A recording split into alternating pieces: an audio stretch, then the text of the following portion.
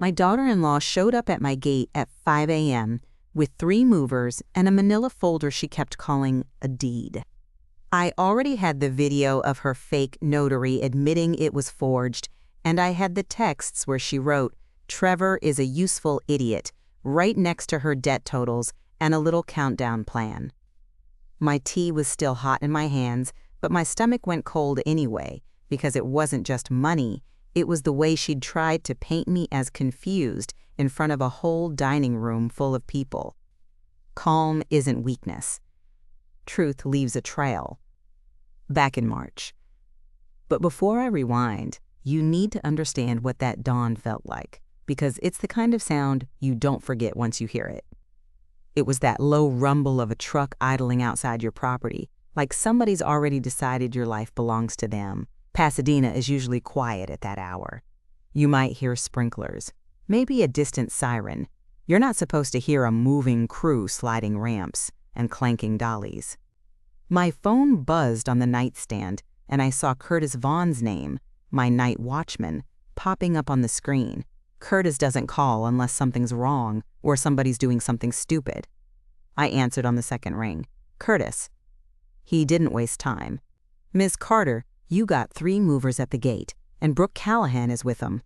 I sat up so fast my robe belt loosened. "Brooke?" "Yes, ma'am. She's saying she's got paperwork, says she owns the house now." There are certain sentences that make your brain go blank for half a second. That was one of them. Not because I didn't believe it could happen. Because I couldn't believe she had the nerve to do it out loud, in the dark, with witnesses. I swung my legs out of bed and planted my feet on the rug. And here's the thing, I didn't start crying, I didn't start yelling, I didn't start praying either, and I'm a church woman. I just said, real flat, "Where's Trevor?" Curtis sighed like he already knew the answer. "Not with her. She's alone." Of course she was. Brooke loved to wear Trevor like a cardigan when she needed credibility, but when it came time to do something dirty, she liked to keep her hands clean and his hands invisible. I walked into my kitchen and flicked on the under-cabinet lights. The room glowed warm and ordinary. Countertops, the bowl of lemons, my little stack of mail. Normal, safe. It was almost insulting how normal it looked. I put the kettle back on out of habit and poured chamomile into my mug like I was doing a bedtime routine instead of preparing for a robbery dressed up as real estate. Curtis was still on the line. "What do you want me to do, ma'am?" And this is where the controversial part comes in, the part people love to judge from the comfort of their couch. I stared at the Ring app on my phone. Brooke was out there with her big sunglasses on at 5 in the morning, like a celebrity running from a scandal. She had that designer bag tucked under her arm, folder in hand, moving trucks behind her like backup dancers. I said, "Open the gate." Curtis went silent. "You want me to let them in?" "Yep." I took a sip of tea. "Let her in, Curtis. Let them all in." He hesitated again. "Miss Carter, are you sure?" I looked at Brooke on the screen, her mouth moving fast, her hands slicing the air like she was explaining the law to people she thought were beneath her. I pictured the way she'd smiled at me at Christmas while she asked me questions about where I keep the important papers. And I felt something settle in my chest. Not peace, not forgiveness, just decision. "I'm sure," I said. "And Curtis, don't argue with her, just watch, keep it on camera." If you're already yelling at me in your head right now, here, go ahead and say it out loud.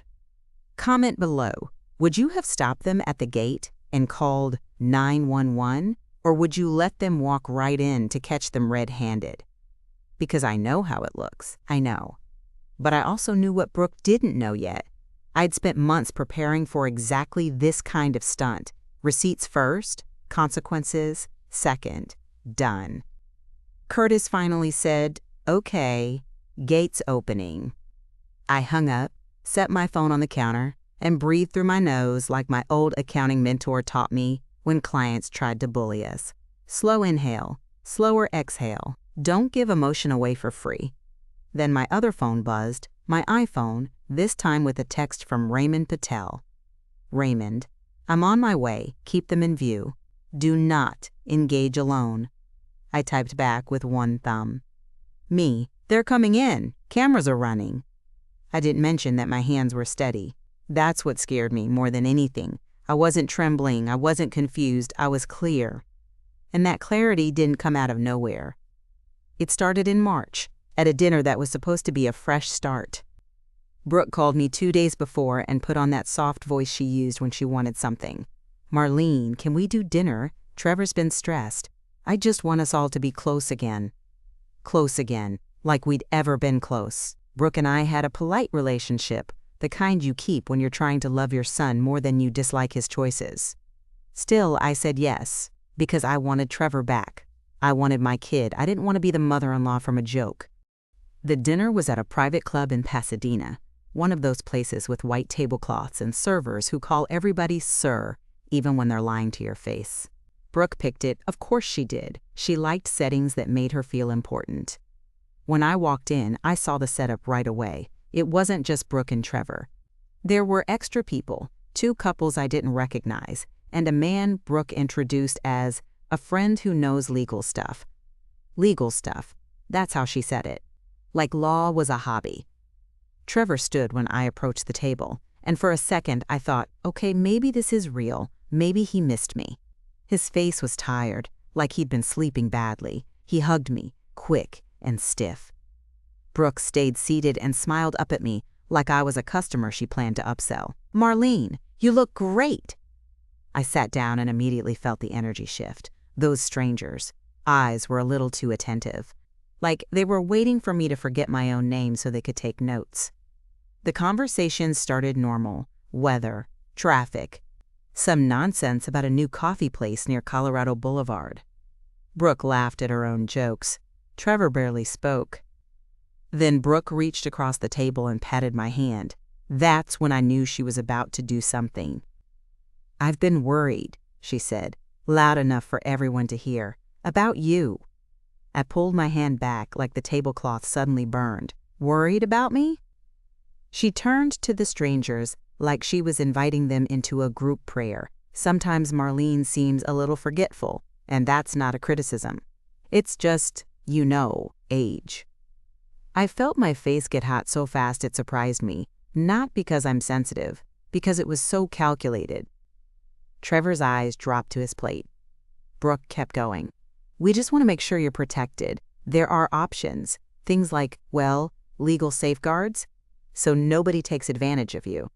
I almost laughed. I didn't, but it sat right there, bitter on my tongue. Nobody takes advantage of me. That was rich coming from her. The legal stuff guy leaned in like he'd been waiting for his cue. "A conservatorship can be a very compassionate measure," he said, like he was recommending vitamins. "Concern is a weapon." I looked at Trevor. I waited for him to speak, even one sentence, even a weak little, "Hey, that's my mom, don't talk about her like that." He didn't. He cleared his throat and said, "Mom, it's just precautions." His silence was her permission. And that's the moment I understood something painful. Brooke wasn't just attacking me, she was using my son as the handle on the knife. I stared at the water glass in front of me and watched the condensation slide down like it was trying to escape. My hands were still, but inside I felt humiliated. Not small, just exposed. Brooke smiled that smile again. "Marlene, we're family. We have to talk about these things." I leaned back in my chair and kept my voice level. "So you invited strangers to diagnose me over steak?" One of the women at the table coughed like she'd swallowed wrong. The other couple looked uncomfortable, but not uncomfortable enough to leave. People love a spectacle if it's not theirs. Brooke's eyes narrowed for half a second before she softened them again. "They're friends. They care." I turned to the legal stuff guy. "What's your name?" He blinked. Brooke jumped in. "He's just here as support." I nodded slowly. "Okay. Numbers don't lie." That's what my late husband used to say when somebody tried to sweet-talk their way through a problem. And I heard his voice in my head like he was sitting beside me, steady as ever. I stood up. Brooke's face changed immediately. "Marlene, don't be dramatic." "Dramatic?" I repeated, and my laugh finally slipped out, quiet and sharp. "You just suggested I'm not competent in front of strangers." Trevor finally looked up. "Mom?" I held my hand up. "No, don't." Gone. Done. I walked out of that club with my heart pounding so hard it felt like it was slamming against my ribs. In the parking lot, I sat in my Lexus and stared straight ahead while the night air cooled my cheeks. And then I did something I hadn't done in a long time. I called a lawyer. Raymond Patel answered like he was expecting me. "Marlene?" "I need you," I said. "And I need you to tell me what to do if my son's wife tries to take my mind and my money." There was a pause, then his voice went serious. "Tell me everything." The next morning, I went to a clinic and did every cognitive evaluation they offered. I wanted paper, stamps, dates, doctor signatures. I wanted something that couldn't be smirked away at a dinner table. I walked out with a folder that said, in plain terms, I was fine, no impairment, no confusion. Just a woman who'd been publicly disrespected. I handed copies to Raymond. Then I hired Dee Alvarez. Dee met me at a coffee shop near Old Town Pasadena and slid into the booth like she belonged there. No makeup, practical jacket, eyes that didn't miss anything. She asked one question and it told me everything about her. "Do you want truth?" she said, "or do you want peace?" I stared at my coffee. "Truth." Dee nodded like that was the right answer. "Okay, then we build a record, and we wait for her to make it undeniable. Let her talk." That became our approach. We started simple, recording calls, saving texts, documenting every friendly suggestion Brooke made about my estate. I kept my iPhone on the counter with the voice memo running anytime Brooke visited. I installed Arlo cameras inside. Nothing weird, just what any older woman living alone might do for safety. And the funny thing, Brooke never questioned it. She loved cameras when she thought they'd make her look good. Around Christmas, months before that club dinner, Brooke had already started poking the bear. She'd sat at my table with a sugar cookie smile and said, "A lot of families do early inheritance now, to avoid estate taxes." Trevor backed her up, like he was reading from her script. "It's practical, Mom." I'd looked at my son and thought, who are you? Because my Trevor used to be stubborn in a good way. Now he was pliable, soft, like he'd been folded into somebody else's life and creased there. I said, "My assets are in a living trust. Everything is protected. That's not up for debate." Brooke's smile twitched. "You don't trust your own son?" I said, "I trust paperwork." Decorated paper. That's all she was trying to hand me. Pretty lies on letterhead. After the March dinner, Brooke got bolder. She stopped asking and started implying. She'd call and say, "Trevor is so stressed. He says you're being kind of invasive." Invasive. That word came out of her mouth like a diagnosis. I said invasive because I ask how he's doing. Brooke would sigh and talk slow like she was explaining something to a child. "He just wants you to respect our marriage." It was always our marriage, never my son. And every time she talked, I hit save. Every time she texted, I screenshot it. Truth leaves a trail. Then one afternoon, Dee texted me, "Meet, I've got something." She showed me a printed screenshot, messages between Brooke and her sister, Tessa, and there it was, plain as day. "Trevor is a useful idiot." I stared at the page until my eyes blurred. That line wasn't just cruel. It was confirming what my gut had been whispering for months. Dee slid another page over. Debt totals, credit cards, private lenders, the kind of numbers that make a person desperate. "The bills are the real deadline," Dee said. I swallowed hard. Does Trevor know? Dee's expression tightened. He signed for some things, loans, but I can't tell you if he understands what she's doing. Raymond's advice was brutal in how calm it was. If you move too early, she'll pivot. She'll claim misunderstanding. We need the moment she asserts ownership, possession, witnesses. So when Brooke finally showed up with a specialist and a stack of documents, when she pointed to a paragraph that looked innocent until you read it twice, Raymond told me to keep my face neutral. Read the 8th paragraph. I said that day, like I was joking. Brooke's eyes flicked away. It's standard. I knew it wasn't. It was a transfer, a gift deed dressed up like an update. And I signed anyway. I signed because every camera in my house was running, and Dee was in her car across the street, and Raymond had already filed the real paperwork to lock my trust tight. The signature wasn't surrender. It was bait. She signed, so the trap would hold. Now jump back to that June dawn. I watched Brooke step through my gate like she owned the air around her. The movers followed, sleepy and confused, carrying tape guns and moving blankets. The crew lead looked like a decent guy, honestly, working class, not trying to get caught up in somebody else's family war. Brooke marched up my walkway and knocked like she was the landlord.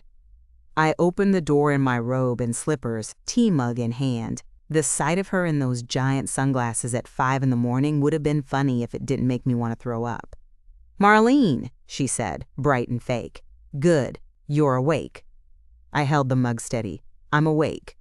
She flipped open that manila folder like she was unveiling a magic trick. "We're here for the move. It's all legal." She said it loud so the movers could hear. That was the point. She wanted witnesses trained on her version of the truth. The crew lead hesitated.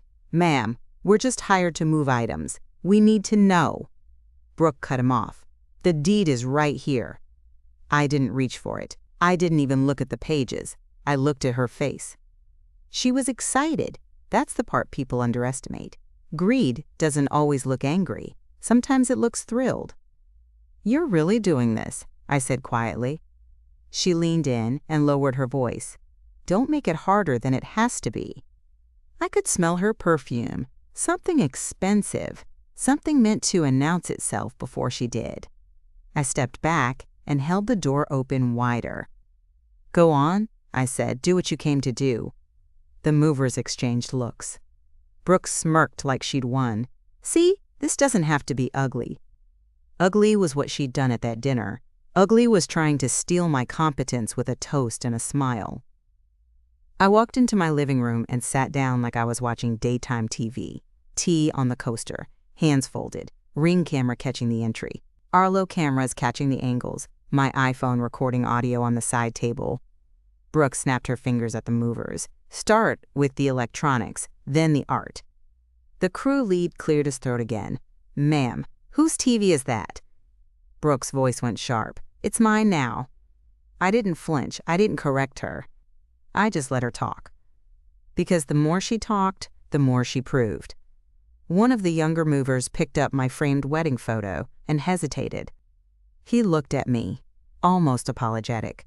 I met his eyes and gave him a tiny nod like, "I know, it's okay, you're not the villain in this story." Brooke saw the hesitation and snapped, "Don't get sentimental. Wrap it." Tape ripped, cardboard slid, furniture feet squealed on hardwood. I sat there and watched strangers handle pieces of my life like inventory. And I'll be honest with you, I had a moment where my throat tightened, a moment where I wanted to stand up and scream, "Get out of my house." But I swallowed it. Actions, not words. I picked up my phone and called Trevor. Straight to voicemail. I tried again. Same thing. My tea wasn't hot anymore. It tasted like nothing. My stomach kept flipping like I was on a boat. Brooke walked back into the room and leaned over me like she was doing charity work. "Trevor didn't tell you, did he?" I looked up at her. "Tell me what?" She smiled slowly, that this was coming. I held her gaze and kept my voice even. "You're going to regret this." Her smile widened. "No, you are." Then she turned and called out, "Check the study, look for a safe, anything with paperwork." That was new. That wasn't moving. That was hunting. The crew lead froze. "Ma'am, that's—" Brooke cut him off again. "I'm paying you. Do your job." He looked at me, conflicted. I looked back at him and said, "Just do what she says." Because every word she gave them was another brick in the wall she was building around herself. I heard drawers opening, heard file cabinets sliding, heard the little grunt people make when they think they found something valuable. Brooke walked to my front window and peeked through the blinds like she was waiting for someone. And that's when my phone buzzed again. Raymond. Raymond, 2 minutes out. I stared at the message, then at Brooke's back. I didn't smile. I didn't gloat. I just set my phone down and listened to the house fill with the sound of her confidence. Big mistake. Because right then, right as a mover started lifting my TV off the stand, my doorbell rang. Not a polite ring, a firm, decisive one. Brooke's head snapped toward the door. The crew lead paused, hands still on the box. I took one slow breath, set my mug down, and stood up. Cut to black. The door swung open, and the first thing I saw was Raymond Patel's leather briefcase, like it had its own zip code. He stepped in fast, no small talk, eyes scanning my living room the way men do when they've been paid to walk into chaos and make it behave. Behind him came Denise D. Alvarez, calm as a parked car, and then two people who did not look like they were here to negotiate. Investigator Kim Lawson and Investigator Omar Briggs, County DA. Brooke froze in the middle of my entryway like somebody hit pause. One of the movers had my TV halfway off the stand. The crew lead's hands were still on the box. Everybody was stuck in that weird moment where you're not sure if you should keep breathing or just wait for instructions.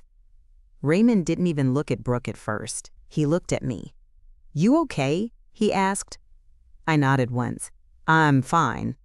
I wasn't fine, but I was upright. That counted. Kim Lawson held up a badge just long enough for the movers to see it and decide they suddenly had someplace else to be. "Ma'am," she said to Brooke, sharp and professional, "we need you to step away from the property and keep your hands where we can see them." Brooke's mouth fell open like she wasn't used to being spoken to like that. "This is my house," Brooke snapped, and she lifted the manila folder like it was a holy book. "I have the deed." Dee's eyes flicked to me, just a quick glance that said, "Keep letting her talk." Kim didn't blink. "Hand me the folder." Brooke actually laughed, like this was all a misunderstanding, and any second now we'd realize how embarrassing it was that we bothered her. "No," she said, dragging it out. "I'm not handing you anything. You're trespassing." Omar Briggs stepped forward, his voice low. "You're inside the residence of Marlene Carter. That makes you the trespasser. Now give her the folder." Brooke's face changed. Not fear, rage. The kind that comes out when your plan isn't landing right. Trevor isn't here, I thought. She can't hide behind him. And Brooke did something I didn't expect. She turned to the movers like she was still the boss. "Keep going," she barked. "We're on a schedule." The crew lead looked at Kim's badge, then at Brooke, then at me. His whole body language screamed, "I do not get paid enough for this." Raymond finally spoke, and his tone was all courtroom steel. "Gentlemen, you are being advised right now that the person who hired you does not have lawful authority to remove property from this residence. If you continue, you may be pulled into an investigation." That did it. The younger mover set the TV back down like it was suddenly made of lava. The other two backed off the hallway like they'd stepped into a haunted house. Brooke's head snapped toward Raymond. "You can't." Raymond cut her off. "Marlene, did you authorize anyone to enter your home today?" "No," I said. Kim nodded once, like she was checking a box. "All right, Miss Callahan, last chance." "Folder." Brooke clutched it tighter. "This is harassment." Dee stepped closer, and her voice stayed quiet, almost friendly. "Honey, you brought the paperwork to the crime scene. That's generous." Cold truth. People like Brooke don't hear warnings. They hear challenges. She started backing up, still holding the folder, eyes darting toward the door like she was measuring her exit. Omar moved sideways to block it without touching her. Kim kept her gaze locked. And then Brooke did the dumbest thing she could have done. She thrust the folder out toward Kim, but not to hand it over. More like she was trying to shove it into her chest and push past. The folder bent. Papers slid out. Stamped copies fluttered to the floor. Kim caught the folder, Omar stepped in, and Brooke's shoulder bumped his arm. That was enough. "Ma'am," Omar said, voice flat, "stop moving." Brooke threw her hands up. "Don't touch me. You're assaulting me." Nobody touched her, not even close. Truth doesn't need volume. Kim held the folder in one hand and used the other to gesture toward my sofa. "Miss Carter, can you sit? I want to ask you a few quick questions while we secure the documents." I sat on the edge of the cushion, robe still tied, tea mug abandoned on the coaster like my old life. Kim opened the manila folder and started flipping pages with gloves on, like she'd done this 1,000 times. She didn't react outwardly, but I watched the muscles in her jaw tighten. "This signature," she said, pointing, "is supposed to be yours?" I leaned in just enough to see. The signature looked like mine if you'd drawn it from memory with your non-dominant hand. "No," I said, "that's not mine." Brooke scoffed. "It is her signature. She forgets things." There it was, the smear, right on cue. Kim didn't look up. "We're not doing that. Quiet." Brooke's lips pressed together hard enough to turn white. Omar went down the hall, following the sounds I'd been pretending not to hear. Drawers, file cabinets, my private life getting rummaged through. He came back, holding a small stack of papers and one of my framed photos like evidence from a burglary. "They were in the study," he said. File cabinet open, several folders pulled. I felt a sharp little jolt in my chest. Not panic, anger. "My home isn't a buffet." Raymond leaned down near me and spoke under his breath. "We got what we needed." She asserted ownership. She directed a search. "On camera." "On camera," I repeated, and my voice sounded steadier than I felt. Kim glanced toward my front door. "Miss Carter, do you have surveillance?" I swallowed. "Ring doorbell. 2 Arlo cameras inside." Dee reached into her pocket and tossed me my iPhone, already unlocked, like she'd been holding it while I sat there. "Pull it up," she said softly. "Let's give them the picture." My fingers didn't shake. I opened the Arlo app and tapped through to the living room feed. There we were, all of us, in the same frame. Brooke's Range Rover keys swinging from her hand, the movers hovering, Raymond's briefcase, Kim and Omar owning the room. And I could see the hallway camera too, clear as day, Brooke instructing the movers to search my study for a safe. Kim's eyes narrowed just a fraction. "We'll need copies of this footage."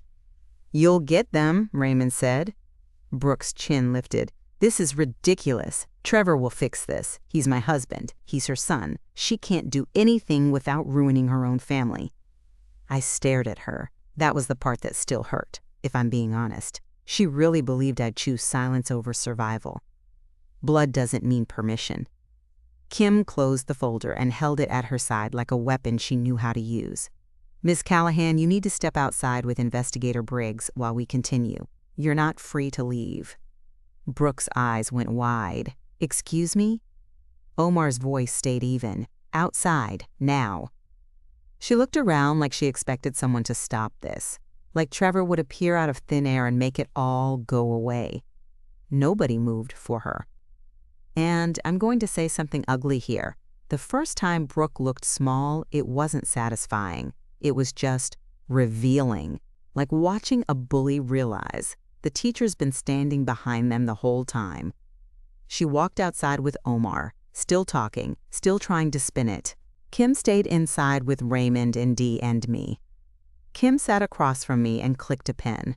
"Ms. Carter, when did you become aware Miss Callahan might be attempting to take control of your property?"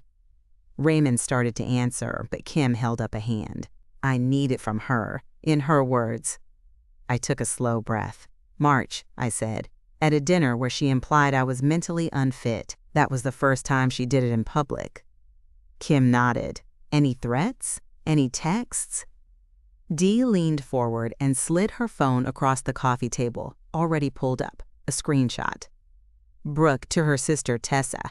"Trevor is a useful idiot." Kim stared at it. "You have date and timestamps?" Dee tapped the screen. "Full thread, cloud backup. We can provide device extraction if needed." Brooke's own words. "Clean and ugly." Kim looked at me again. "Any financial anomalies? Missing funds? New accounts?" And that question landed heavier than anything else, because the truth was, I'd been so focused on the house and the conservatorship talk that I hadn't dug into my banking the way I should have. I hated admitting it. "I don't know," I said. "My accounts are with Chase. I monitor them, but—" Dee made a small sound in her throat, like she'd been waiting for this part. "Actually," Dee said, "we do know something."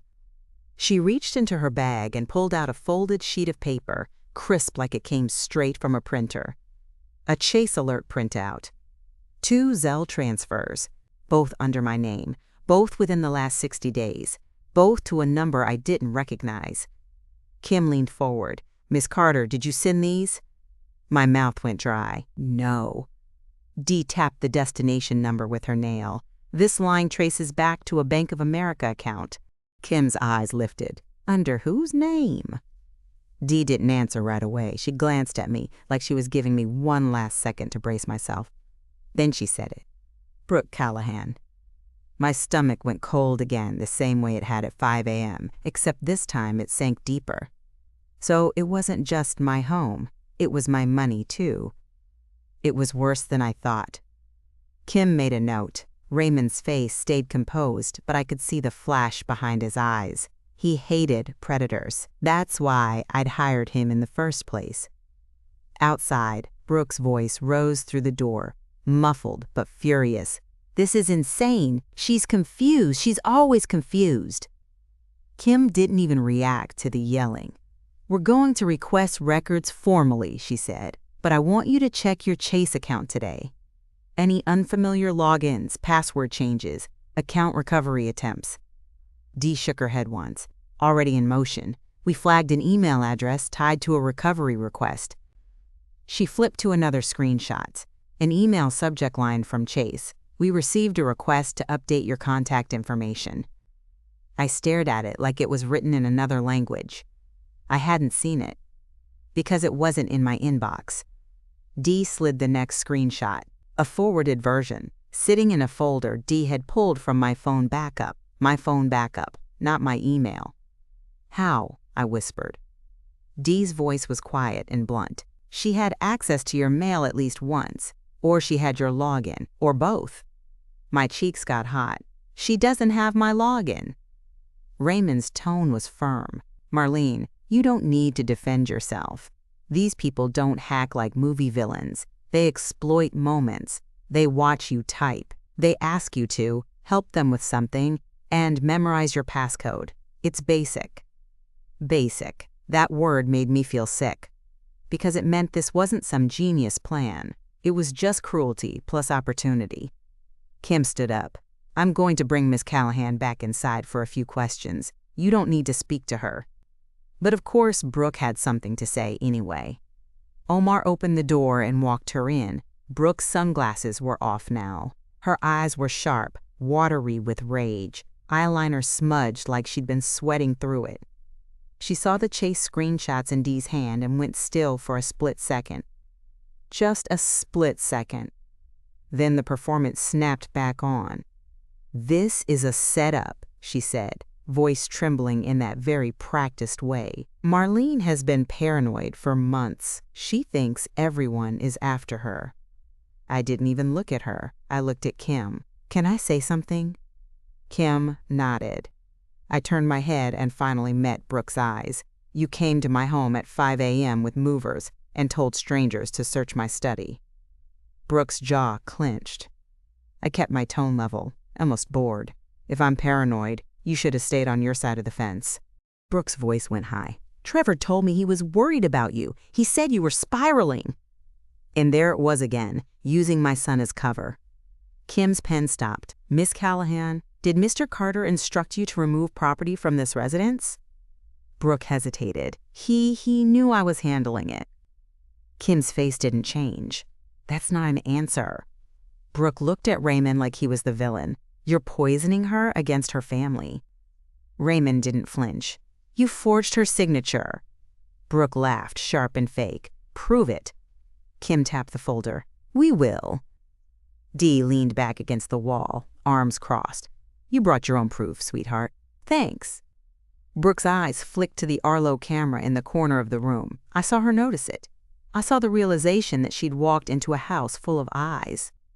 And you know what? She didn't look scared. She looked insulted, like she couldn't believe I'd dared to protect myself. Kim closed her notebook. "Miss Callahan, you're going to come with us for further questioning." Brooke's head snapped. "Am I under arrest?" Omar said, "You're being detained." Brooke whipped around toward me, voice dropping into something mean and intimate. "Trevor is going to hate you for this."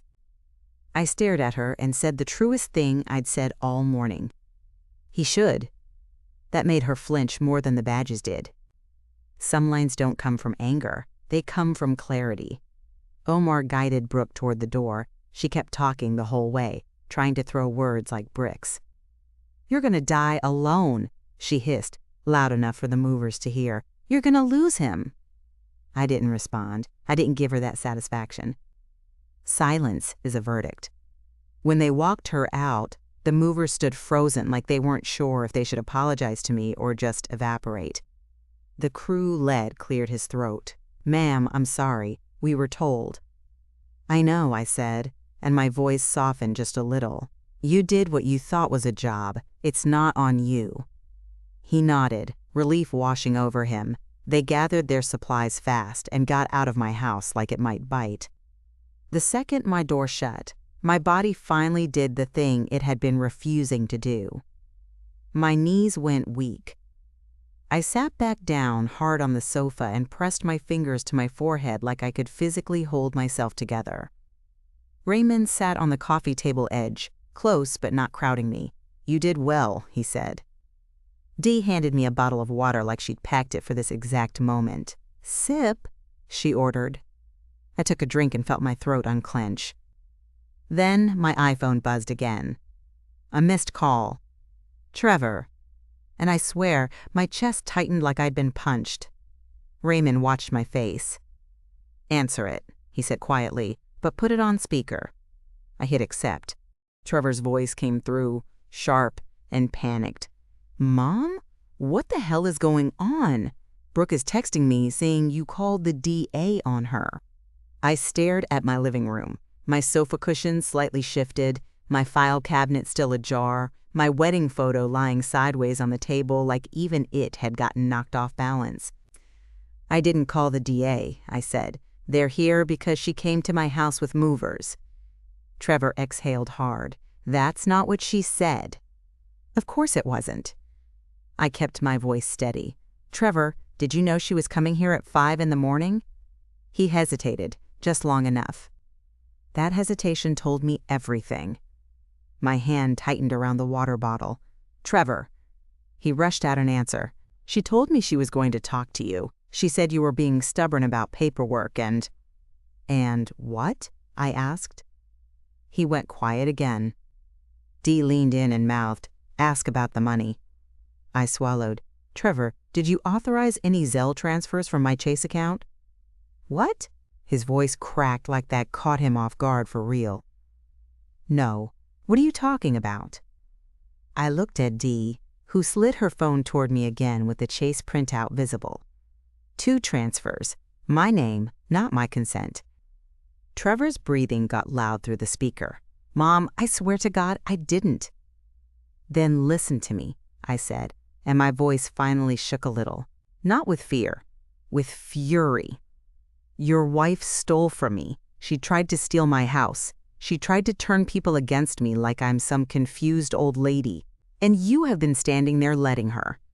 He started talking fast. "Mom, you don't understand. She's been under pressure. Her parents, Harold and Janice, keep calling us, and the bills." The bills. So he did know about the debt. Maybe not all of it, but enough. My stomach twisted. "So you thought the solution was to take mine?" "No!" he yelled, and then he caught himself, voice dropping. "No, I didn't. I never wanted that."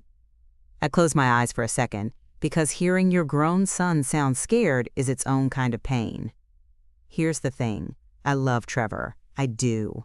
But love doesn't erase consequences. I opened my eyes. "Where are you?" "At the site," he said, like he wasn't even sure he should tell me. "I'm in my truck."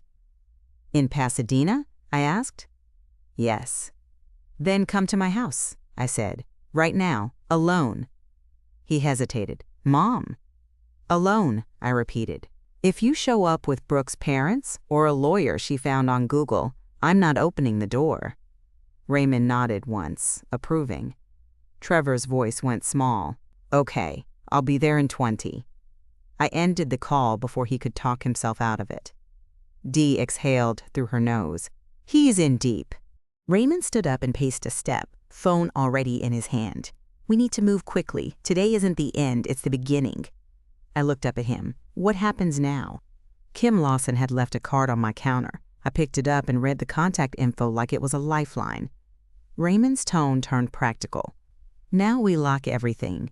Chase, passwords, credit reports. We do a full asset check. We notify the county recorder. We document the Malibu property status. And we keep your footage backed up in 3 places." Dee added, "And we look for what she already did before today. Because somebody like Brooke doesn't wake up one morning and decide to be a villain. She's been building this." That sentence sat in the room like a weight. Because I knew Dee was right.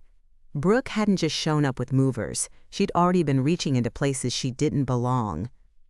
Dee pulled out one more receipt, and when I saw it, my heart dropped in a whole new way.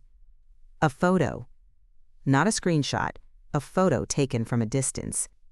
It showed Brooke's Range Rover Evoque parked outside a Chase branch, date and time stamped in the corner, 2 weeks earlier. "She was at your bank," Dee said. "Not just online, in person." Raymond's eyebrows lifted. "How did you get this?" Dee shrugged like it was nothing.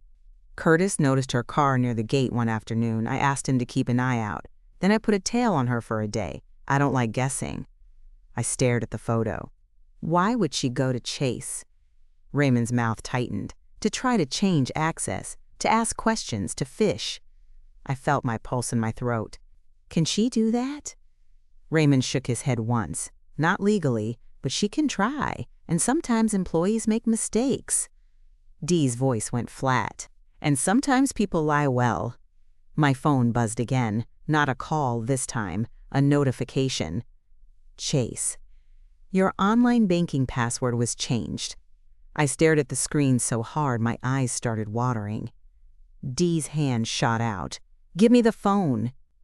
I handed it over and watched her move like she'd done this in 100 emergencies. She clicked through, tapped, "I didn't do this," started the account recovery process, and told me to call the number on the back of my debit card while she stayed ready to screenshot everything. Raymond was already writing down timestamps. "This is happening right now," he murmured. It felt like my life was turning into paperwork in real time. I called Chase. I did the whole robotic menu. I finally got a human being who sounded half asleep in a call center somewhere, and I had to keep my voice calm while my skin buzzed. "This is Marlene Carter," I said. "Someone just changed my password. I need my account locked immediately." The representative asked verification questions. My mother's maiden name, last transaction amount, the kind of questions that make you feel like you're proving your identity to your own money. Dee held up her own phone, recording the call audio on speaker. Another receipt. "Ma'am," the representative said, "I see an update request earlier today as well." Earlier today. I looked at Dee. She raised her eyebrows, like, "Yep." "What was updated?" I asked. The representative paused. "The contact email was changed to," she read it out. "It wasn't mine. It was some random Gmail address with numbers." Raymond's face went hard. "Ask for the log." I tightened my grip on the phone. "I need the IP logs and the branch notes," I said, "and I need you to flag this as fraud. Today." The representative hesitated, but then her tone shifted to more serious. "Okay, I'm placing a restriction on the account. You'll need to visit a branch with identification." "I will," I said, "in person, today." When I ended the call, my hands finally started shaking. Just a little, like my body had been waiting for permission. I stared at my living room again, the camera in the corner, the file cabinet, the sideways wedding photo. Brooke didn't just want my house. She wanted my access, my identity, my future. Dee watched my face. "Hey," she said, softer now, "stay with me. We're going to get in front of this." I nodded, but my mind was already racing down the list of things Brooke had been around over the last year. My mail, my phone, my trust binder, my Malibu beach house keys. Wait, the Malibu house. I snapped my head up. The beach house, the Malibu property. Raymond's eyes sharpened. "What about it?" "She knows about it," I said. "She's asked about it. She's hinted about it." and she has a copy of my trust binder somewhere because she's been fishing for months. Dee didn't even hesitate. We're driving out there. Raymond started to object. We should prioritize the bank. Dee held up a hand. Bank first, then Malibu. 2-car plan. I'll go with Marlene. You coordinate with Kim and Omar. I stared at Dee. Right now? Dee nodded. Right now. I stood up and realized my legs were steadier than my thoughts. I went to my bedroom and changed into jeans and a cardigan like I was going grocery shopping, instead of trying to stop a hostile takeover of my own life. I slipped my iPhone into my purse, grabbed my car keys, and paused at the mirror. I looked tired, older than I'd felt last week, but my eyes were clear. I walked back into the living room and saw Dee already pulling footage backups onto a drive connected to my MacBook Air. Raymond was on the phone with Kim Lawson, voice clipped and precise. He was in his element. And then the doorbell camera alert popped again. Movement at the gate. My heart jumped, but when I checked the ring feed, it wasn't Brooke. It was Trevor. He pulled up in his Toyota Tacoma, stopped at the curb, and sat there with his hands on the steering wheel like he was bracing for impact. He didn't get out right away. He just sat. And then, like the universe has a sixth sense of timing, another car pulled up behind him. A beige sedan I didn't recognize. A woman stepped out holding a folder. Not a lawyer folder, not a bank folder. Court folder. She walked up my driveway like she'd done it 100 times, straight posture, purposeful steps, and she stopped at my door. She didn't ring right away. She checked a name on a paper, looked at my house number, and then finally pressed the button. I opened the door just enough to talk through the gap. Yes? She smiled politely, that professional smile people use when they're about to ruin your day. Marlene Carter? Yes? I'm a registered process server, she said. I have legal documents for you. Trevor's head snapped up from the curb like he heard her words through the air. Dee came up beside me instantly, eyes narrowed. The process server held out the packet. Top page. Big, bold text. Petition for appointment of conservator. My vision tunneled for a second. Because that meant Brooke wasn't done. She was speeding up. And the worst part? Trevor didn't look surprised. He looked ashamed. The next time I tell you what was inside that packet and whose signature was on it, just know this. I stopped playing defense that day.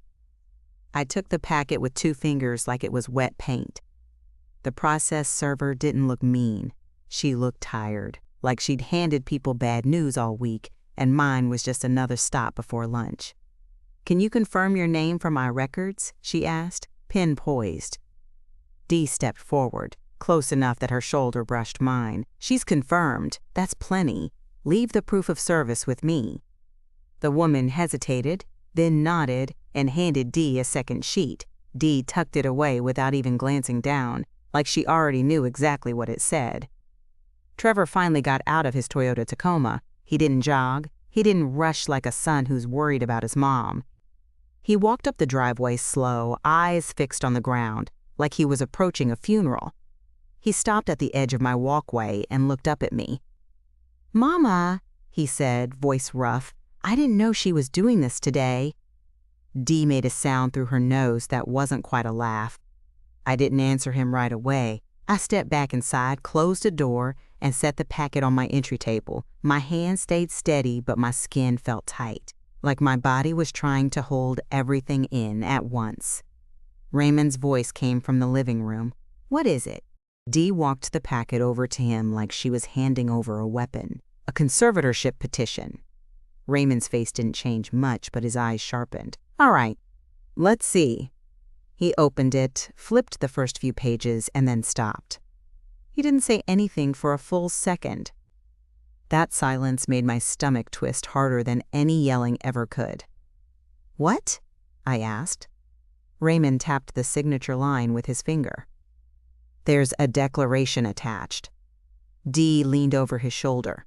"From who?" Raymond turned one page. "A physician, or someone claiming to be." My throat went dry. A doctor thinks I'm incompetent? Raymond's mouth tightened. That's what they're alleging. Dee didn't blink. Alleging is free. Raymond slid a page out and held it up so I could see it. It was formatted like a real court filing. Name, case number, county. A neat paragraph about observed cognitive decline. A recommendation for appointment of conservator for my personal needs and estate. Then I saw a name near the bottom. Not mine. Trevor Carter. It wasn't just typed, it was signed. And for a second, the room tilted. I stared at that signature until my eyes started to sting. Trevor's handwriting has always been distinctive. He used to sign permission slips for school trips, messy but confident, like he wasn't afraid of the ink. This signature looked like his. My son had put his name on a document asking a judge to take my rights away. The air went thin. My chest felt like it couldn't decide whether to explode or collapse. Trevor's voice floated in from outside, muffled through the door. "Mom, please open up." Raymond looked at me, and his voice turned gentle in a way I hadn't heard yet. "Marlene, breathe." Dee's tone was flat. "Don't let him talk you into a story before you see the whole file." I forced air into my lungs. Once, twice. Then I made a decision that surprised even me. I opened the door. Trevor stepped inside like he expected to be slapped. He didn't look at Dee. He didn't look at Raymond. He looked straight at me. "Mama, I swear," he started. "Stop," I said, and my voice came out calm enough to scare him. "Don't swear anything yet." His mouth shut. He swallowed hard. Raymond held up the signature page. "Trevor, did you sign this?" Trevor's eyes flicked to it. And there it was. The tiniest flinch, like his body recognized it before his mouth could form a lie. He exhaled. I signed something." Brooke said it was. Dee cut in, sharp. "It was what? A permission slip?" Trevor's face tightened. "She said it was paperwork, so we could help Mom manage stuff if she needed it." I stared at him. "Manage what stuff, Trevor?" He ran a hand over his face like he was wiping sleep off. But this wasn't sleep. This was guilt. "The bills were stacking up," he said, eyes dropping. Brooke was stressed. Her parents were. Harold and Janice kept calling, talking about loans, about... I held up my hand. "No, don't start with their bills. Start with mine." He looked up, confused. "Because this petition is about me," I said. "My home, my money, my rights, and your name is on it." His shoulders slumped. "Mama, I didn't think." I leaned forward a little, not yelling, just pressing the truth into the room. "That's the problem. You didn't think." A line hit me in the chest as I said it, because it wasn't just anger. It was grief. You can love your kid and still be stunned at who they've become. Raymond set the document down, careful, like it might be evidence in court. "Trevor, when did you sign?" Trevor hesitated again. "A few weeks ago." Dee's eyes narrowed. "Where?" "At our house," he said. "Brooke had printed it. She said her friend had put it together." Her friend. That legal stuff guy, or maybe someone else. Brooke collected helpers like accessories. Raymond flipped through the packet again, faster now. "There's also a request for temporary conservatorship." Dee's eyebrows lifted. "Temporary means fast." Raymond nodded. "It means they're trying to get an emergency order before you can respond properly." My pulse kicked up. "How fast?" Raymond pointed to a date stamped on the proof of service. "Clock started today." Dee looked at me. "So yeah, they hit back." Trevor's voice cracked. "I didn't want this. I just wanted everyone to calm down. Brooke said you'd be mad for a week, and then you'd..." "Then I'd what?" I asked. "Forgive you? Forget it? Hand over the keys like a tired old lady?" Trevor's eyes filled, and I hated that part of me softened. I hated it because Brooke depended on that softness. She counted on me being a mother more than a person. I kept my voice low. "Tell me the truth. Did Brooke ever say the words, Malibu house, to you?" Trevor blinked. Yes. There it was. My stomach dropped. He started talking fast, like honesty was pouring out now that the dam had cracked. She said it was just sitting there, that it could help. She said if you were protected, then we could refinance or sell it and pay off everything, and then what, Dee said. You'd live happily ever after. Trevor looked like he wanted to disappear into the floor. Raymond closed the packet and set it on my coffee table. Marlene, you're going to respond to this petition through my office today. We will file objections. We will attach your cognitive evaluation.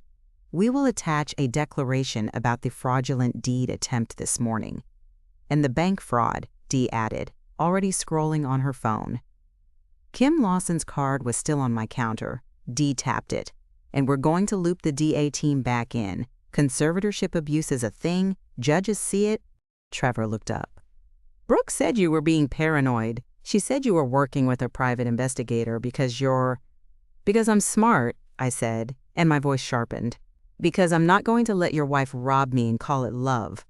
Trevor flinched like the word rob finally landed.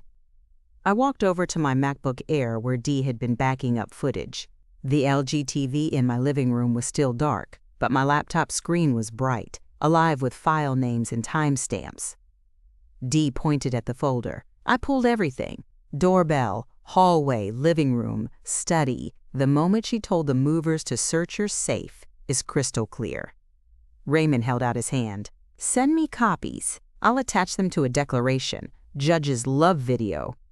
Trevor stared at the laptop like he was seeing my preparation for the first time. Mom, you recorded all this? I didn't look at him. I documented it. Paper is patient. That was one of my cold truths as an accountant. The numbers don't get distracted. They don't get guilt-tripped. They just sit there until somebody has to answer for them. Dee slid another receipt toward Raymond, a screenshot of the Chase alert and the Zelle transfers, with the destination number highlighted. Raymond's tone shifted into strategy mode. Okay, here's what we do today. Step 1, lock your financial identity. Step 2, file the response to the conservatorship petition. Step 3, secure the Malibu property. Trevor's head snapped up. Why Malibu? Dee's eyes pinned him. Because Brooke already mentioned it. That means she's already planning for it. Trevor opened his mouth, then closed it again. He finally said the one honest sentence I needed to hear. She has a key, he admitted. My heart punched against my ribs. What? I said, too sharp. Trevor's voice went small. I gave her the spare last year. She said it was for emergencies. Dee tilted her head, slow. Emergency, financial. My hands went numb for a moment. I stared at Trevor like he was a stranger wearing my son's face. You gave her a key to my Malibu house, I repeated, and I could hear my voice shaking now. And didn't think to tell me? Trevor's eyes filled. I didn't think she'd. Raymond interrupted, firm. Trevor, stop guessing about what she would or wouldn't do. Tell us what she has access to. Trevor swallowed. She knows where you keep the trust binder. She's seen it on your bookshelf. Dee's eyebrows lifted. How? Trevor winced. She helped you decorate. She was in the study, remember? She said she liked your organization. My mouth tasted metallic. Brooke didn't like my organization. She liked my vulnerability. I sat down, hands pressed to my knees. I could feel my pulse in my fingertips. Raymond crouched a little so he was closer to my eye level. Marlene, you're not losing today. Today is evidence. Dee leaned against the wall, arms crossed, and we're going to make her regret every minute of it. Trevor looked between us, terrified. Are you going to press charges? I met his eyes for the first time since he walked in. I'm going to protect myself, I said. If she gets hurt by the truth, that's her problem. Truth isn't cruel, it's just clean. Dee's phone buzzed with a text. She glanced down and her face changed. Subtle, but I caught it. What? I asked. Dee looked at me. Kim Lawson. She turned the screen so I could see. Kim, FYI, Brooke's already claiming elder abuse. She says you threatened her. She also claims she has documentation of your mental instability. Be prepared. I stared at the message, heat rushing up my neck. Elder abuse? Dee nodded once. Classic. When they're caught, they flip the script. Raymond stood up, already moving. We need to be careful with every interaction from now on. Everything in writing. Everything documented. Trevor's voice cracked. She's going to say you're abusing her? Raymond's gaze turned hard. She's going to say whatever gets her leverage. Dee tapped her phone. I'm calling Curtis. She put the call on speaker. Curtis answered fast. Ms. Alvarez, Curtis said. I was just about to. Curtis. Dee cut in. Did Brooke come back to the gate after she left? Curtis's voice was tense. Yeah, about 20 minutes ago. She wasn't alone. My stomach clenched. Who was with her? Curtis hesitated. Her parents, the Callahans, Harold and Janice. They were in a beige sedan. Of course. Curtis kept going. They were arguing with the DA folks outside. They kept saying, we're family. She's confused. Then Brooke got on her phone and started recording the gate like she was filming content. Dee's mouth tightened. Did they enter? No, ma'am. Gate stayed closed. But Brooke told Harold to go to the bank anyway. I heard her. I felt my heart kick again. The bank. Raymond's eyes snapped to me. Chase. Dee ended the call and looked at Raymond. They're going to try to lock her out. Raymond didn't hesitate. Marlene, get dressed properly. We're going to the Chase branch. Dee, you go with her. I'm filing the emergency response and contacting Kim. Trevor stepped forward. I'll come. I can. No, I said, and the word came out colder than I expected. You can sit in your truck and think. Trevor froze. I didn't feel proud. I felt resolved. Because the truth is, I didn't know who he was aligned with yet. He was crying in my living room while his wife filed paperwork to take my rights. That's not neutral. That's chaos. Dee handed me my iPhone 14 Pro. Keys? She asked. I grabbed my Lexus keys off the hook by the door. Let's go. On the way out, Raymond touched my elbow. Marlene, he said softly, do not speak to Brooke if you see her. Not one word. I nodded. I won't. Then I paused and looked at Trevor one more time. If you want to be my son, I said quietly, start acting like it. He didn't answer. He just stared at the floor. Dee and I drove to the Chase branch on Lake Avenue in my Lexus, the morning light turning everything too bright, too ordinary. Pasadena went on like nothing had happened. People jogging with earbuds, a man watering his lawn, somebody walking a doodle like it was a baby. Meanwhile, my world felt like it was being peeled open in layers. In the parking lot, Dee turned to me. Okay, here's the play. You stay calm. You don't rant. You don't apologize. You say fraud. You say account takeover attempt. You say process server. I nodded, though my mouth was dry. We walked inside. The air conditioning hit my skin and made me shiver. A teller smiled and said, "Good morning," like this was any other day. We asked for a banker. We got a woman in a blazer who introduced herself and led us to a desk. I slid my ID across the surface. My accounts were targeted this morning, I said. There were unauthorized Zelle transfers and a password change. She nodded and started typing. Okay, let's take a look. Her expression shifted as she read her screen. I do see changes, and I see a note about attempted contact updates. I leaned forward. Who requested the updates? She hesitated, and my heart sank again, because hesitation in a bank is never good. Ma'am, she said carefully, there was an in-person inquiry 2 weeks ago. Dee's head tilted. In person? Who? The banker glanced at my ID again, then back to her screen. Someone presenting as you. My vision blurred for a second. She had my ID? I whispered. The banker shook her head. She didn't present your ID. She presented supporting information, enough to ask questions and attempt a contact change. Dee's voice went sharp. So you let a stranger attempt to change an elder client's contact info without ID? The banker's cheeks flushed. It was flagged. It didn't go through. We've already escalated to fraud. I gripped the edge of the desk. What did she look like? The banker hesitated again. We can't. Dee cut in, calm but firm. You can describe what your cameras show, and you can pull the branch manager. The banker stood quickly. One moment. While she walked away, Dee leaned close to me. Brooke didn't need your ID, she whispered. She needed your details, the kind she'd get from your mail, or your trust binder, or your phone. I felt sick. My purse, my kitchen counter, my mailbox, all those moments Brooke had been near me, smiling, offering to help. Every single one of them was now a potential theft. The branch manager arrived, serious, with a tablet. We went through it all, the fraud report, the account restrictions, the new credentials, multi-factor authentication, a note on my profile, do not speak to anyone but Marlene Carter in person with ID. The manager finally said, Miss Carter, we recommend you freeze your credit immediately as well. Dee nodded, already planning it. Then the manager added, and there's one more thing. My stomach dropped. What? He glanced down at his tablet. There was a wire inquiry. A wire? I repeated. He nodded.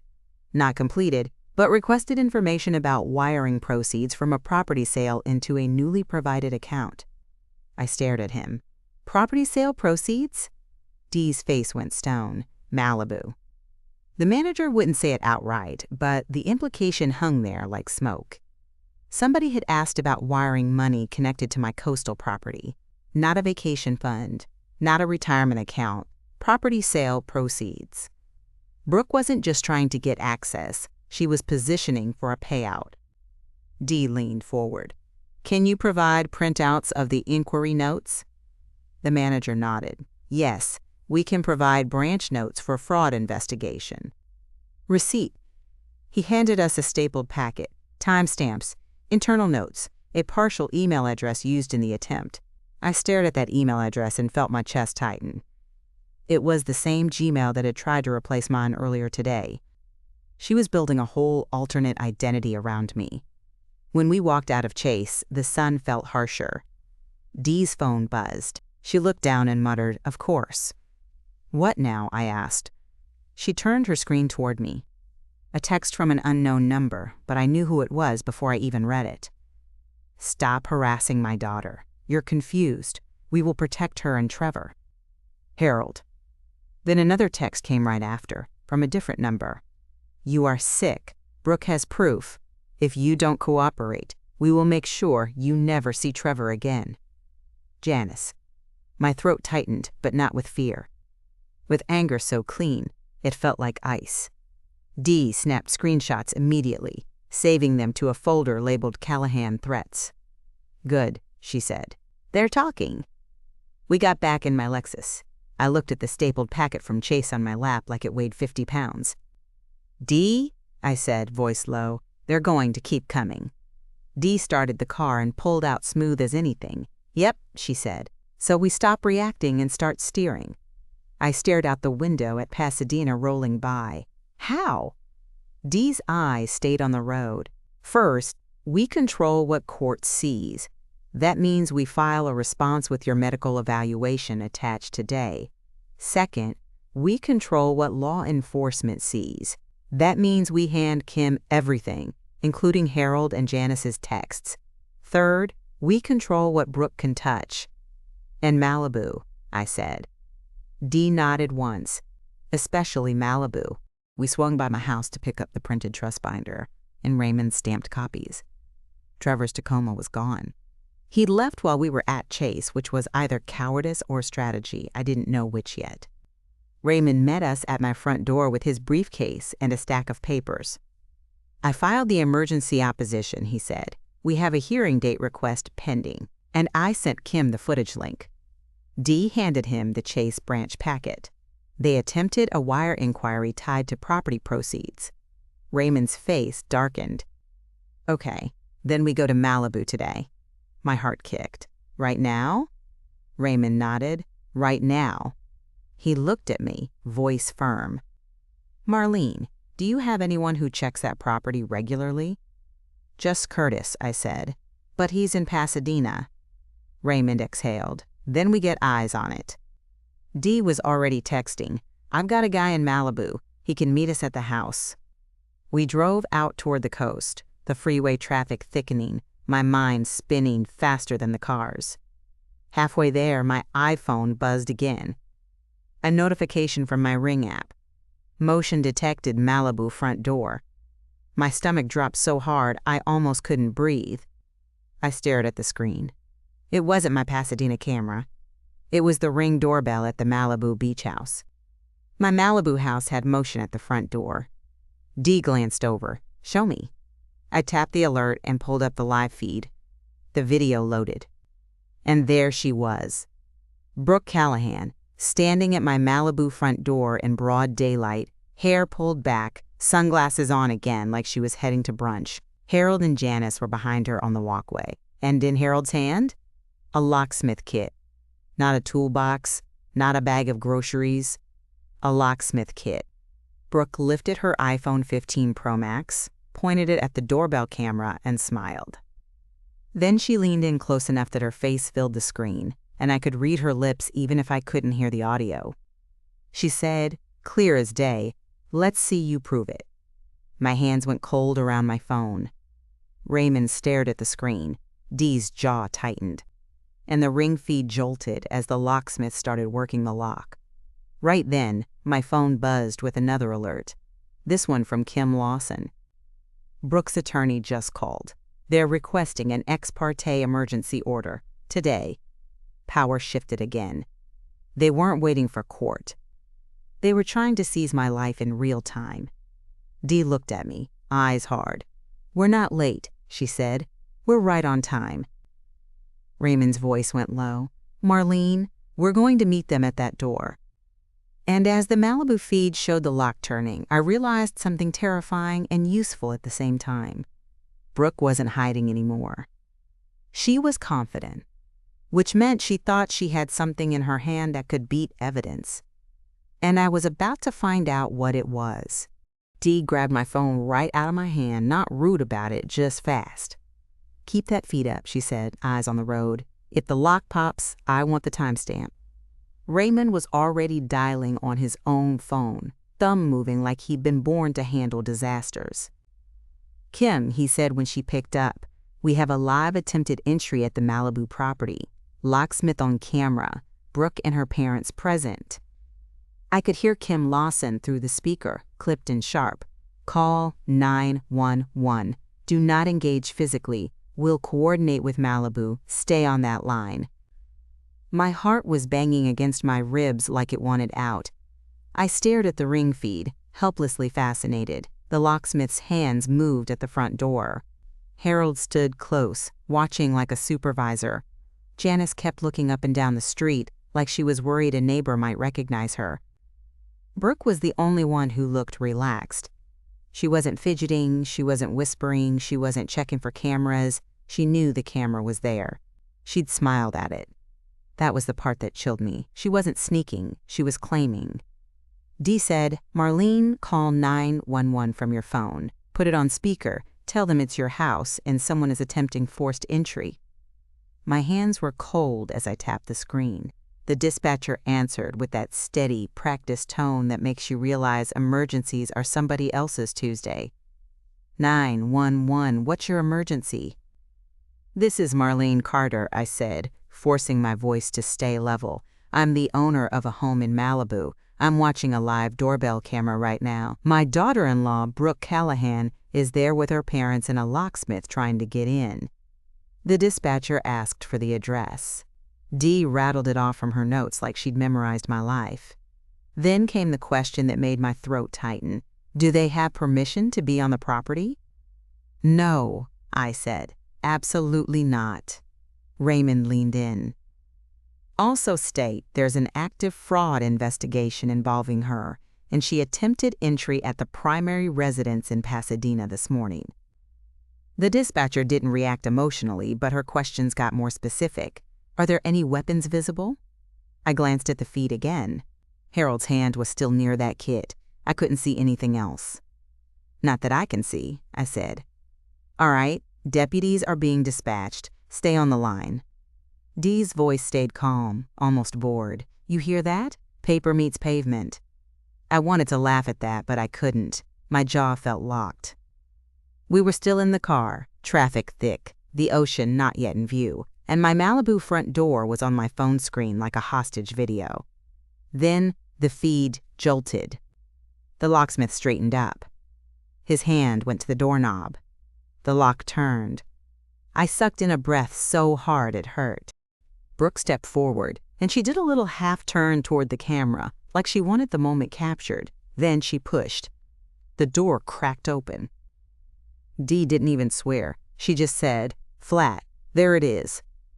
Something shifted inside me. It wasn't panic anymore. It was fury with direction. Stealing is bad. Breaking in is worse. Doing it while smiling for the camera? That's not desperation. That's entitlement. Raymond's voice got hard. "Keep the call going. Dispatch needs to know entry occurred." I spoke into the phone. "They're opening the door now. They're going inside." The dispatcher said, "Do not confront them. Deputies are en route." I stared at my own living room on a tiny screen, and I wanted to scream because I wasn't there to stop it. I wasn't there to protect what my husband and I built. But Dee's whole thing, her whole philosophy, was that you don't stop a thief by yelling, you stop them by catching them clean. So I watched. Brooke walked into my Malibu house first, like she was giving herself a tour. Harold followed. Janice came last, touching the walls, looking around like she was already imagining new furniture. The locksmith hesitated at the threshold, then stepped inside too, still holding his tools. He looked uncomfortable. That was something. A tiny human detail in the middle of a family crime spree. Raymond held up a hand toward Dee. "Pull over the moment you can. We need to save that footage." Dee nodded and took the next exit she could, swinging into a lot without drama. She put the car in park and leaned over my lap, fingers flying. She wasn't hacking. She wasn't doing anything illegal. She was doing what smart people do when they're about to be told they're confused later. She was preserving the timeline. She hit Save Clip, selected a time window, and backed it up to a drive connected to her phone. Then she screenshot the live feed with Brooke's face visible and the timestamp at the top. Receipt. Dee handed my phone back. "Now if anyone says, 'She's making it up,' we've got video." Raymond was still talking to Kim. "We also have the Chase branch notes and Zelle transfers," he said. "She's escalating." Kim's voice stayed calm, but there was steel under it. "Good. Keep everything. We may need to show a pattern of coercive control and fraud." I didn't like hearing my life reduced to legal phrases, but I liked the word "good," because that meant what Brooke was doing wasn't slipping through the cracks. It was landing. We got back on the freeway and kept moving. The ocean finally appeared in the distance, that bright, unreal California blue, like the world was mocking me with beauty. My phone buzzed again. A notification from my email. Not from Chase, not from Ring. From an unfamiliar address with a subject line that made my stomach drop. R.E. Emergency Conservatorship, today. I clicked it with a thumb that suddenly didn't feel like mine. It was a forwarded email chain, not sent to me, sent to an email address that was not mine, then forwarded. At the bottom of the thread was a note from someone calling themselves Brooke's attorney. "Per our call, we are proceeding ex parte. We will request temporary authority over Ms. Carter's person and estate. Please be prepared to present documentation of incapacity." And right under that, a reply from Brooke. "Already handled. Doctor letter attached. Trevor signed." Trevor signed. My vision went tight. Dee leaned over to see it. Her face didn't change, but her eyes sharpened in a way I'd learned to respect. "Forward that to Raymond," she said. "Now." Raymond took my phone and sent it to himself instantly, then to Kim.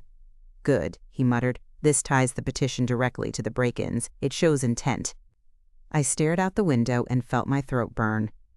My son's name had become a tool, a lever, something Brooke pulled like a handle. A cold thought slid into my head, simple and mean.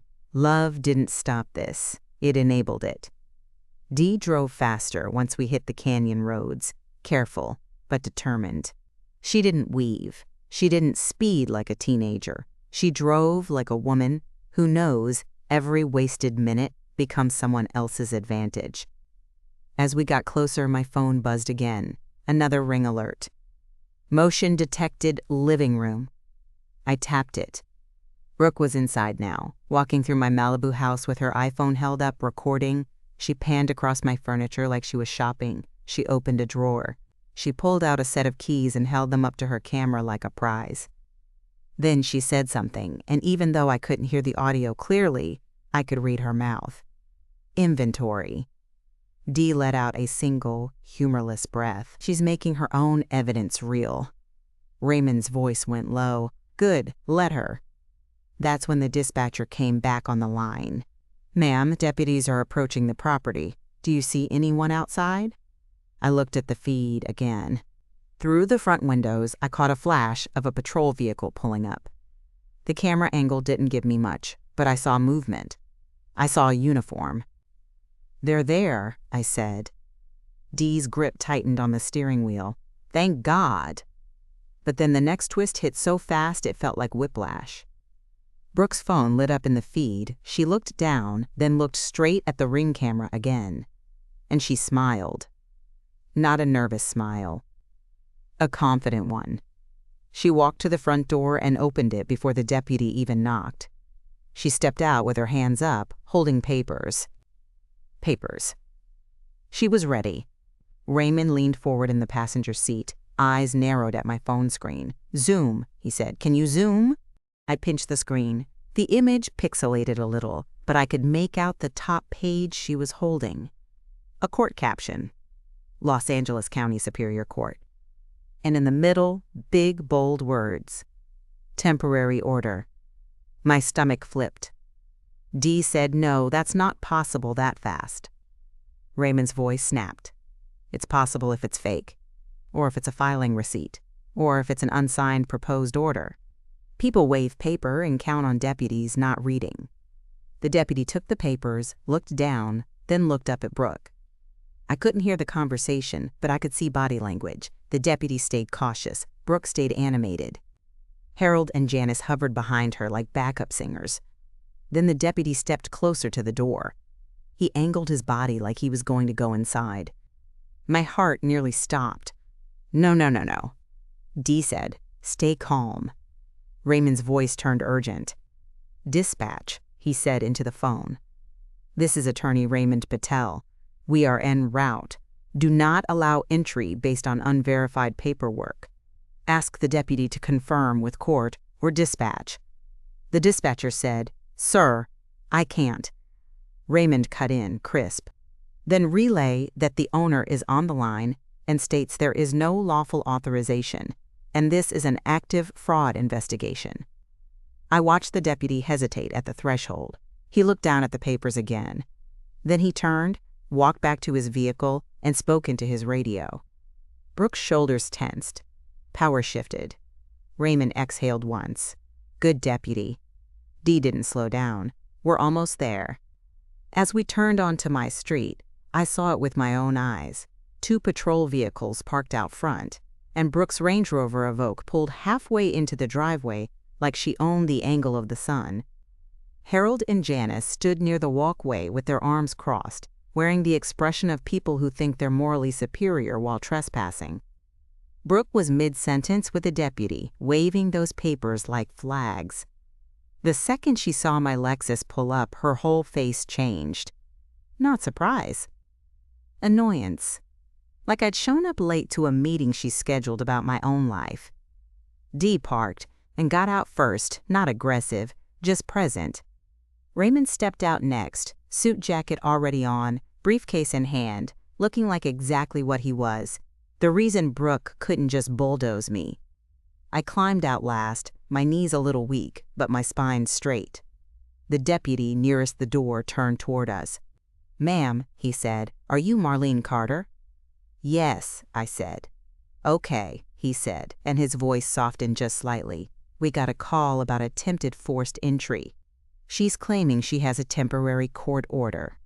Raymond stepped forward. Officer, may I see the paperwork? Brooke snapped. It's none of your business, Raymond. Raymond didn't even look at her. He held his hand out to the deputy, calm and firm. The deputy handed over the papers. Raymond scanned them fast. His eyes moved like a printer. Then he looked up, and his expression turned almost satisfied. "This is not a court order," he said, loud enough for everyone to hear. "This is a proposed order attached to an ex parte application. It's unsigned. It has no judge's signature, no file stamp on the order itself." Brooke's face tightened. "That's a lie." Raymond turned the top page so the deputy could see. "Look here," he said, tapping a blank signature line. "No judge, no authority." The deputy's posture shifted immediately. His shoulders squared. His tone turned official. "Ma'am," he said to Brooke, "you don't have legal authority to enter the residence. You need to step away from the door." Brooke's voice went sharp, panicked now. "But the hearing is today." "That doesn't grant entry," the deputy said. Harold stepped forward, chest puffed. "We're her family." The deputy didn't blink. "Doesn't matter." Dee leaned in toward me, whispering, "Watch the father. He's the one who'll swing." Harold's face reddened. "This woman is confused. She's not safe. We're trying to protect her assets." I looked at him and felt something inside me go very still. "You're trying to take them," I said, and my voice didn't shake. "There's a difference." Harold took one more step forward, and the deputy lifted a hand. "Sir, back up." Janice started crying immediately, like a faucet turning on. "She's so mean," she sobbed, loud enough for neighbors to hear. "She's ruining our daughter's life." Dee muttered, "That's for the audience." Brooke's eyes flashed. "Marlene, stop. Stop this. You're embarrassing yourself." Embarrassing myself. In front of my own front door. I almost laughed. Instead, I looked at the deputy again. "Officer," I said, "she entered my home. I have it on ring footage with timestamps. She used a locksmith." The deputy nodded. "We'll take a report." Raymond held up his phone. "I can provide the clip now." Brooke snapped. "You can't use that. That's—" Dee cut in, cool as ice. "It's her camera, sweetheart. It's her house." Brooke's jaw clenched so hard I could see the muscle jump. Then came another mini earthquake. The locksmith stepped out from inside my house, tools in hand, eyes wide. He looked at the deputies like he'd just realized what kind of job he'd walked into. "Sir," the deputy said, "did you manipulate the lock to gain entry?" The locksmith swallowed. I was told she owned it." Brooke whipped around. "Don't talk to them." The locksmith flinched. The deputy held up a hand toward Brooke. "Ma'am, do not interfere." The locksmith looked at me, miserable. "Ma'am, I'm sorry. She said she had paperwork. I didn't know." I believed him. Sort of. He should have asked better questions, but he wasn't the mastermind. He was a tool Brooke rented. Raymond asked, "Do you have a receipt or invoice for the service call?" The locksmith hesitated. "Yeah, on my phone." "I can." "Show the deputy," Raymond said. "Receipt." The locksmith pulled up his invoice. The deputy looked. I watched Brooke's face as the deputy's eyes traveled down the screen. Her confidence cracked. Because invoices have names, dates, addresses, payment methods. And Brooke had been the one paying. The deputy turned to Brooke. "Did you hire him?" Brooke's voice went too sweet, too fast. "He was hired by my father. We're just trying to secure the property because Marlene has been unstable." Raymond's tone stayed sharp. "Unstable people don't call 911 calmly and preserve footage." Dee added, "Unstable people don't show up with an unsigned paper pretending it's law." Brooke's cheeks flushed. "You're all attacking me." Nobody raised a voice at her. That's what made it so good. She couldn't claim hysteria. She couldn't claim threat. She could only claim victimhood, and it didn't fit the scene. The deputy took the locksmith's info and motioned him aside. "Okay, step over there." Then he turned to Brooke. "Ma'am, you need to leave the property." Brooke's eyes went wide. "You can't make me. I have." The deputy's voice got firmer. "This is a lawful order. You are trespassing." Harold started protesting again, but the second deputy stepped closer, hand near his belt, not threatening, just reminding. Harold backed down. Janice kept crying. Brooke's eyes drilled into mine like she wanted to burn me. "You're gonna regret this," she said, low enough that the deputies didn't react, but loud enough that I heard every syllable. I looked at her and said something I didn't plan, but it came out clean. Regret is for people who did something wrong. Her mouth tightened. She stepped back toward her Range Rover. But then, because Brooke couldn't help herself, she tried one last move. She turned toward the deputy and said, trembling now, "She hit me earlier. She threatened me. She's abusive." The deputy's face didn't change much, but I could see the shift. Protocol. He glanced at me. "Ma'am, she's alleging." Raymond stepped forward immediately. "Officer, there is video from earlier today at Marlene's Pasadena residence. She never touched Brooke. Brooke attempted to remove property and directed movers to search the home. The DA investigators were present." The deputy blinked. "DA investigators?" Dee pulled out her phone and showed the deputy Kim Lawson's text thread header. "Investigator Kim Lawson, County DA," she said. "They've been involved since this morning." The deputy's posture shifted again. This went from family dispute to documented fraud in progress. He turned back to Brooke.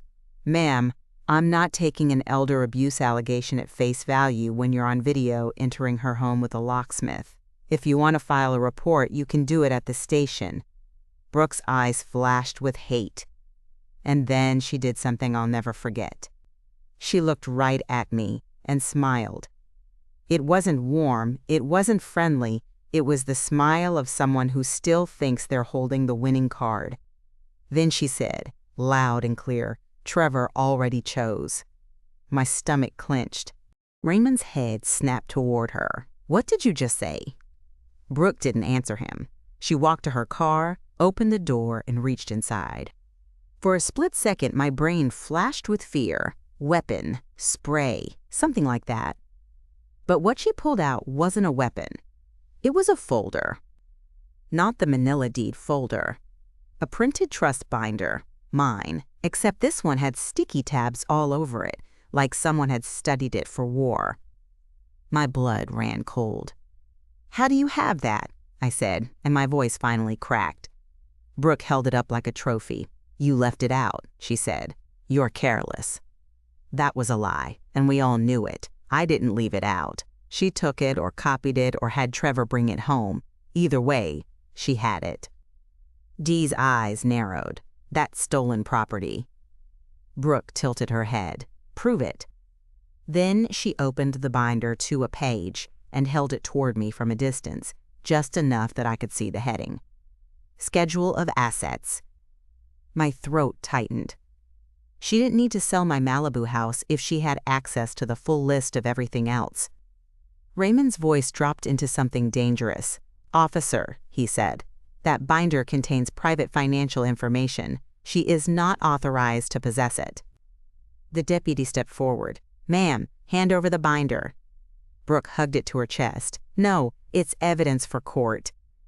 "It's not evidence," Raymond snapped. "It's confidential and privileged, and it's not yours." Brooke laughed once, sharp. "It will be once the judge signs." And that's when I understood why she'd been so confident. She wasn't betting on strength. She was betting on speed. If she could get a judge to sign temporary authority, even for a day, she could start moving money, changing titles, and locking me out while I was still catching my breath. Dee leaned toward me, whispering, "We need to know what's in that binder, specifically what she thinks she can use." Raymond's eyes stayed on Brooke. "Kim," he said into his phone, stepping aside, "I need you to flag the court immediately. She's waiving an unsigned order and trespassing at the Malibu property. We have deputies on scene. We have video. We have the stolen trust binder in her possession." Kim's voice came through, steady. "Send me the deputy's name and badge number. I'm escalating." Brooke watched Raymond, then looked at the deputy again. "Are you going to let him harass me?" The deputy held out his hand again. "Binder, now." Brooke's face hardened. She shoved it into her back seat and slammed the car door. The deputy stepped forward as if to stop her, then paused, looking at Raymond for guidance. Raymond's jaw tightened. "Officer, you can document it, photograph it." She just refused lawful direction. The deputy nodded and did exactly that, took photos of the binder visible through the window, the tabs, the cover, the placement. Receipt. Brooke's smile flickered. She hadn't expected that. She'd expected people to argue. She'd expected chaos. She hadn't expected professionals quietly building a case around her. Harold tried to pull the family card again, but nobody listened. Janice sobbed. Brooke kept her chin up and climbed into her Range Rover like a queen being asked to leave a party. Before she shut the door, she looked at me one more time. "You think you're winning?" she said. "You're not. I already filed." Then she drove off. Harold and Janice followed in their beige sedan, still acting offended, still acting wronged, like they hadn't just participated in a break-in. The deputies stayed to take my statement. Raymond handled most of it: timeline, footage, attempted entry, false paperwork. Dee offered to send the clips immediately. I answered questions when they asked, keeping my voice steady, my words simple. When it was done, the deputy handed me a card and said, "Ma'am, if she returns, call immediately." I nodded. "I will." Dee walked me into my Malibu house, and the second I crossed my own threshold, my chest tightened. Not because anything was broken, because everything was familiar. My furniture, my photos, the smell of the ocean mixed with lemon cleaner. Brooke had been inside all of it. She'd walked through my life like she owned it. Dee went straight to the living room and checked drawers. We need to see what she touched. Raymond moved toward my study area, scanning for open cabinets. "Look for missing documents." I followed, and my eyes went straight to my bookshelf.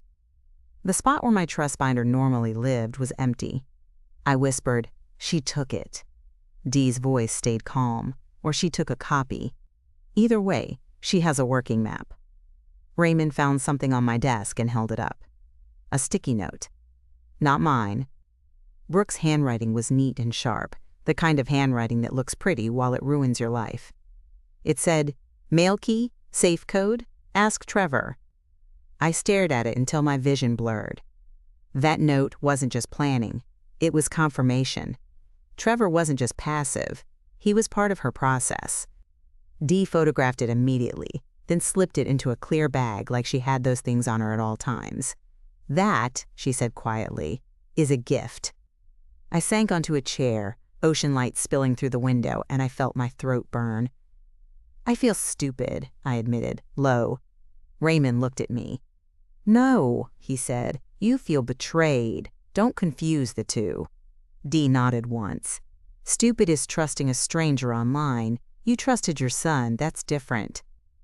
My phone buzzed. A new email notification.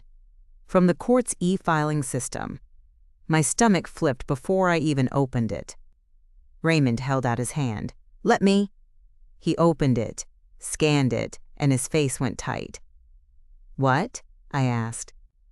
Raymond looked up, and there was no softness now, just urgency. "She did file," he said. "Ex parte is set for review." Dee's jaw tightened. "Today?" Raymond nodded. "Today." My pulse surged. "So what do we do?" Raymond's eyes locked on mine. "We go from defense to offense. Right now." Dee lifted her phone. "And we use the footage." Raymond nodded. "And we use the bank notes." Dee added, "And we use the locksmith invoice." I stared at them. "Is that enough?" Raymond's voice was calm, almost clinical. "Enough to stop her? Maybe. Enough to expose her? Absolutely." Then my phone buzzed again. A text. From Trevor. "I'm sorry, I didn't know she'd go to Malibu. Please answer." I stared at the screen, the words swimming. Dee glanced over. "Don't." Raymond didn't even look at it. Not now. I swallowed hard. He should know what she did. Dee's voice stayed flat. "He already knows plenty. He just doesn't like the consequences." Raymond stood up and opened his briefcase, pulling out stamped deed copies and the trust binder copies like he was laying cards on a table. "We're going to the courthouse," he said. We're going to walk in with clean documentation and video. If a judge is going to see anything today, they're going to see the truth first." My stomach clenched. What if the judge already? Raymond cut me off gently. "Then we correct it. Fast, loud, documented." Dee leaned close to me, voice low. "And if Brooke thinks she's fast, wait until she sees what a calm old accountant with receipts looks like." I stood up, legs steady now, and looked around my Malibu house one more time. Brooke had taken my binder. She'd tried my lock. She'd waved fake authority in front of deputies. And she'd done it all while smiling. Fine. Let her smile in court. Because the next time I saw that smile, I wanted it in front of a judge, a deputy, and a prosecutor. We walked out to the Lexus, and as I climbed in, my phone buzzed one more time, this time a call. Kim Lawson. Raymond answered it on speaker. Kim's voice came through sharp. "Bad news. Brooke's attorney is pushing hard. They're painting you as unstable and financially exploited." My throat tightened. "Exploited by who?" Kim didn't pause. "By your own attorney. By your investigator. By you." Dee let out a short, humorless laugh. "Cute." Kim continued. "Here's the other part. There's a new declaration attached." Raymond's grip tightened on his phone. "From who?" Kim's voice went a shade colder. "From Trevor. It claims you threatened Brooke and that you agreed to let them manage the Malibu property." My skin went ice cold. Raymond's eyes flicked to me, then away, like he was already calculating the damage. Dee stared straight ahead, jaw clenched. "My son." Again. Kim's voice stayed professional. "If you're coming to court, come now, bring everything. We're going to hit this head on." Raymond said, "We're on our way." He ended the call, and for a second the car was silent except for the ocean wind outside. I stared at my phone, at Trevor's unread apology, at the court email, at the Ring app still open with Brooke's smug face burned into my screen. Then I whispered, more to myself than anyone, "He put it in writing." Dee turned the key in the ignition. "Yep," she said, "and writing cuts both ways." Raymond looked at me. "Marlene," he said, voice steady, "the next hour decides everything." I nodded once, and the Lexus pulled onto the road. And as we drove toward Los Angeles County Superior Court, I realized the cliff I was standing on wasn't just legal. It was personal. Because if Trevor really filed that declaration, then the fight wasn't just against Brooke anymore. It was against the version of my son she'd created, one signature at a time. And I was about to find out whether he'd chosen her for good. The courthouse air hit me like a freezer, that mix of stale coffee, old paper, and people's bad decisions.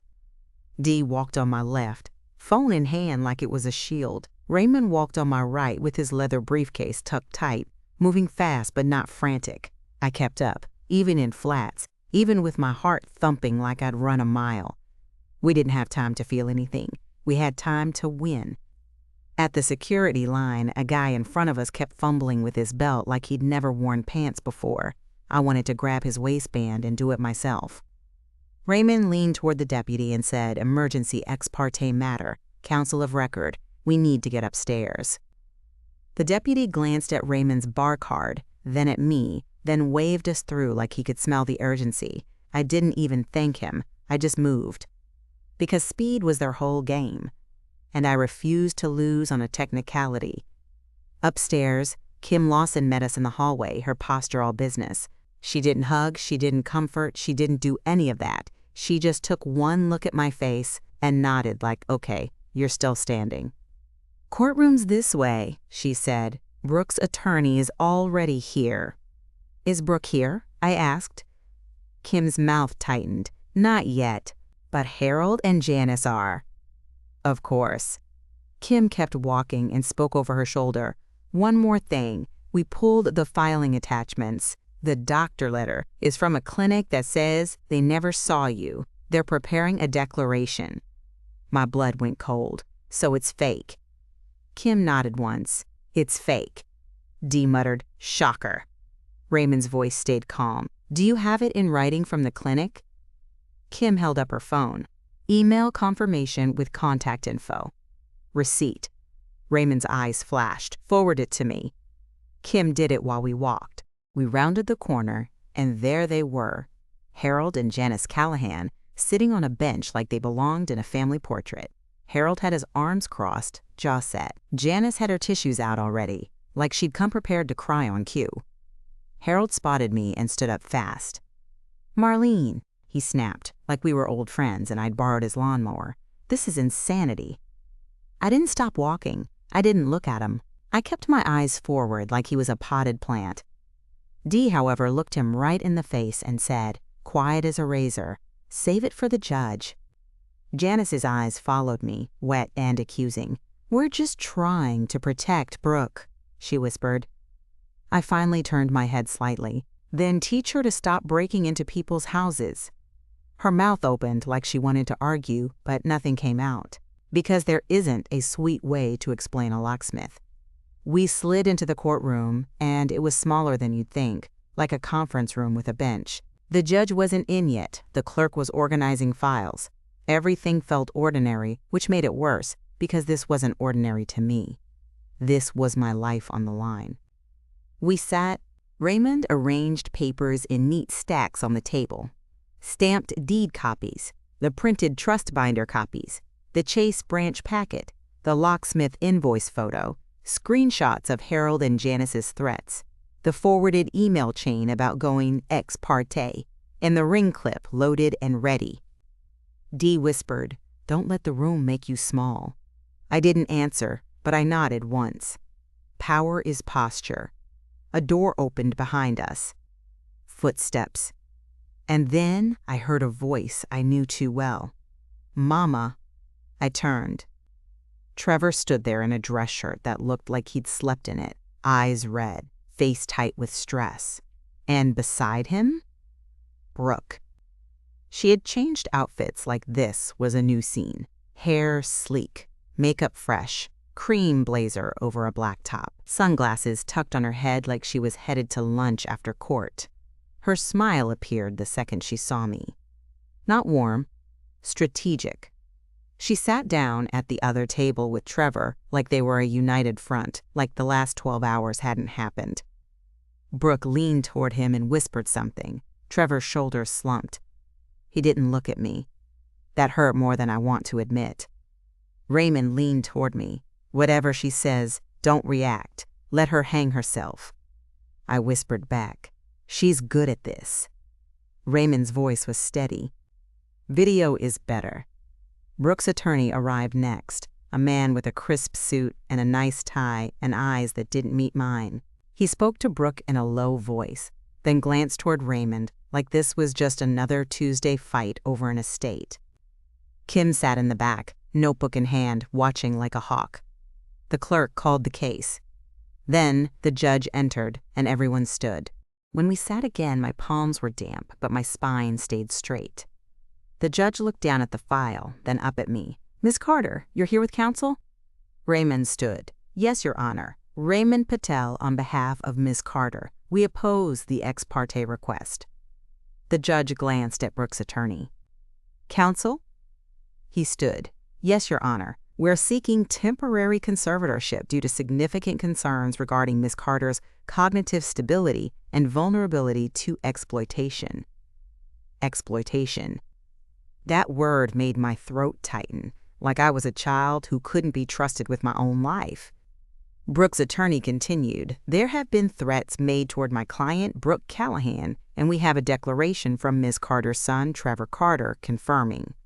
Raymond's voice cut in, calm and sharp. "Your Honor, before counsel proceeds, we have immediate evidence that the petition is part of a fraudulent scheme, including an attempted takeover of Ms. Carter's primary residence in Pasadena and an unlawful entry into her Malibu property today with a locksmith, both documented on video." The judge's eyes lifted, interest sharpening. "Video?" Raymond nodded. "Yes, Your Honor." Brooke's attorney stiffened. "Your Honor, this is becoming." The judge held up a hand. "I want to hear it." Brooke's smile faltered for the first time. Raymond turned on my MacBook Air and mirrored it to the LG monitor the court used for evidence viewing. The clip loaded, and the ring footage played. Brooke at my Malibu door, Harold and Janice behind her, the locksmith working the lock. Brooke's face on screen, smiling at my doorbell camera like she was proud. The lock turning. The door opening. The judge leaned forward slightly. The courtroom got very quiet. When the clip ended, Raymond didn't pause. He pulled up the next item, the locksmith invoice photo, with time, date, address, and the name of the person who paid. The judge looked at it. "Miss Callahan, did you hire a locksmith to enter that property?" Brooke's attorney started. "Your Honor, my client." The judge held up a hand again. "I asked Miss Callahan." Brooke's lips parted. She glanced at her attorney, then at Trevor, then back to the judge. "We were securing the property," she said, voice soft and righteous. "Marlene is unstable. We needed to make sure she wasn't.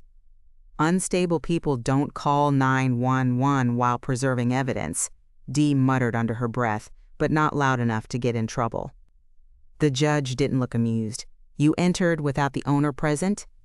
Brooke blinked slowly. "We had reason to believe we had temporary authority." Raymond stepped in. "Your Honor, they waived an unsigned proposed order at deputies. We have photographs of it and officer statements available. It was not a signed order." Brooke's attorney tried to regain control. "Your Honor, the ex parte application was being processed." Kim Lawson stood in the back. "Your Honor, may I be heard briefly?" The judge looked surprised, then nodded. "State your name." "Investigator Kim Lawson, County DA." She kept it crisp. "Our office has an open fraud investigation involving Ms. Callahan stemming from earlier today at Ms. Carter's Pasadena residence. DA investigators were present when Ms. Callahan attempted to remove property and asserted ownership with questionable documentation." Brooke's head snapped toward Kim, eyes flashing. The judge's gaze turned colder. "DA is involved?" Kim nodded. "Yes, Your Honor." There it was. Authority. Brooke's whole posture shifted, just a hair. She was used to intimidating family. She wasn't used to prosecutors. The judge turned to Brooke's attorney. "Why is this court being asked to grant emergency authority in the middle of an active fraud investigation involving the petitioner?" Brooke's attorney's jaw tightened. "Your Honor, we believe Ms. Carter is being manipulated by—" Raymond stood straighter. "We have objective medical documentation that Ms. Carter is cognitively intact. She underwent evaluation after Ms. Callahan publicly suggested incapacity. We submitted it with our opposition." He handed the clerk a copy. The judge read the first page, then the signature line, then the conclusion. "No impairment." The judge looked at me. "Miss Carter, are you aware of what conservatorship entails?" "Yes," I said, and my voice didn't shake. "It's taking my rights and giving them to someone else." The judge held my gaze a beat longer than she needed to. "And do you want that?" "No," I said, "not under any circumstances." The judge nodded slowly, then turned her eyes to Trevor. "Mr. Carter," she said, "there's a declaration from you." Trevor stood like his legs barely wanted to work. "Yes, Your Honor." His voice sounded thin. The judge lifted the paper slightly. "It claims you witnessed your mother threaten your wife and that your mother agreed to let you manage her Malibu property." Trevor's mouth opened, then closed. Brooke turned her face toward him, that same little smile, a reminder. Trevor's hands clenched at his sides. And then the power shifted in a way I didn't expect. Trevor swallowed hard and said, "Your Honor, I need to correct something." Brooke's head snapped toward him so fast it was almost violent. Trevor kept going, voice shaking now. "I signed paperwork I didn't fully understand. Brooke told me it was protective. She told me it was temporary and normal and—" Brooke hissed, "Trevor!" He flinched, but he didn't stop. "I didn't witness my mom threaten her," Trevor said. "I wasn't there, and I never had my mom's permission to manage Malibu." Brooke kept pushing it. The courtroom went still. My chest tightened in the most confusing way, relief tangled with anger, because why did it take a judge's bench for my son to find his spine? Brooke's attorney jumped in. "Your Honor, my client." The judge held up a hand again, sharper this time. "Mr. Carter, did you write this declaration?" Trevor's eyes dropped. "Brooke's attorney's office sent it. Brooke told me to sign it." The judge's voice turned icy. "Did you read it?" Trevor's shoulders sagged. "Not like I should have." A cold line formed in my head, clear as glass. Blind signatures wreck lives. Brooke's face went pale, then flushed, then pale again. She whispered something furious to her attorney, but he was already scrambling. Raymond didn't miss the opening. He slid one more receipt into the court's view. "Your Honor," he said, "we also have a forwarded email chain in which Ms. Callahan confirms she handled the doctor letter and references Mr. Carter's signature as part of the ex parte plan. It was sent to an unauthorized email address connected to a fraudulent contact update attempt at Chase." Brooke's attorney snapped. "Objection. Foundation." The judge cut him off. "I'll allow it for the limited purpose of assessing credibility." Raymond displayed the email on the screen. Brooke's words were right there, already handled. Doctor letter attached. Trevor signed. Brooke's mouth fell open. She looked at Trevor like she wanted to claw him. Trevor stared at the screen, stunned. "Brooke, what is that?" Brooke's voice turned syrupy and panicked. Trevor, that's not what it looks like." Trevor's eyes hardened, a flicker of something real. "It looks like you set my mom up." Brooke snapped. "I was trying to save us." Trevor's voice rose. "By stealing from her?" Brooke froze. The judge leaned forward. "Stealing?" Kim Lawson's pen moved fast. "Your Honor," she said, "our investigation includes unauthorized account activity and attempted access changes, as well as forged documents." The judge's gaze went flat. "All right." She looked down at her notes, then at me, then at Brooke. "Miss Callahan," she said, "based on the evidence presented, this court will not grant ex parte temporary conservatorship. Petition denied without prejudice pending full hearing, and given the circumstances, I strongly advise counsel to reassess whether this filing is appropriate at all." Brooke's attorney swallowed.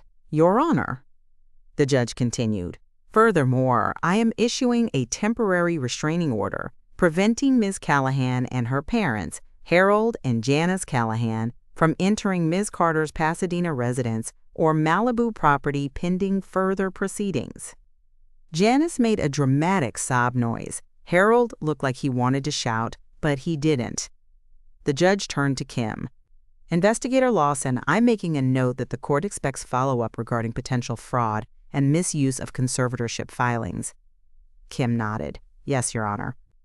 Brooke's face went tight with rage. Her smile was gone now, replaced by something raw and ugly. And I felt it, this cold satisfaction sliding into place. Not joy, not gloating, just the quiet relief of watching a lie hit a wall. When the judge stood, it was over. Everyone filed out. In the hallway, Brooke's attorney pulled her aside and spoke fast, low. Brooke's hands were shaking now. She kept darting looks at Trevor, like she wanted to drag him back into line.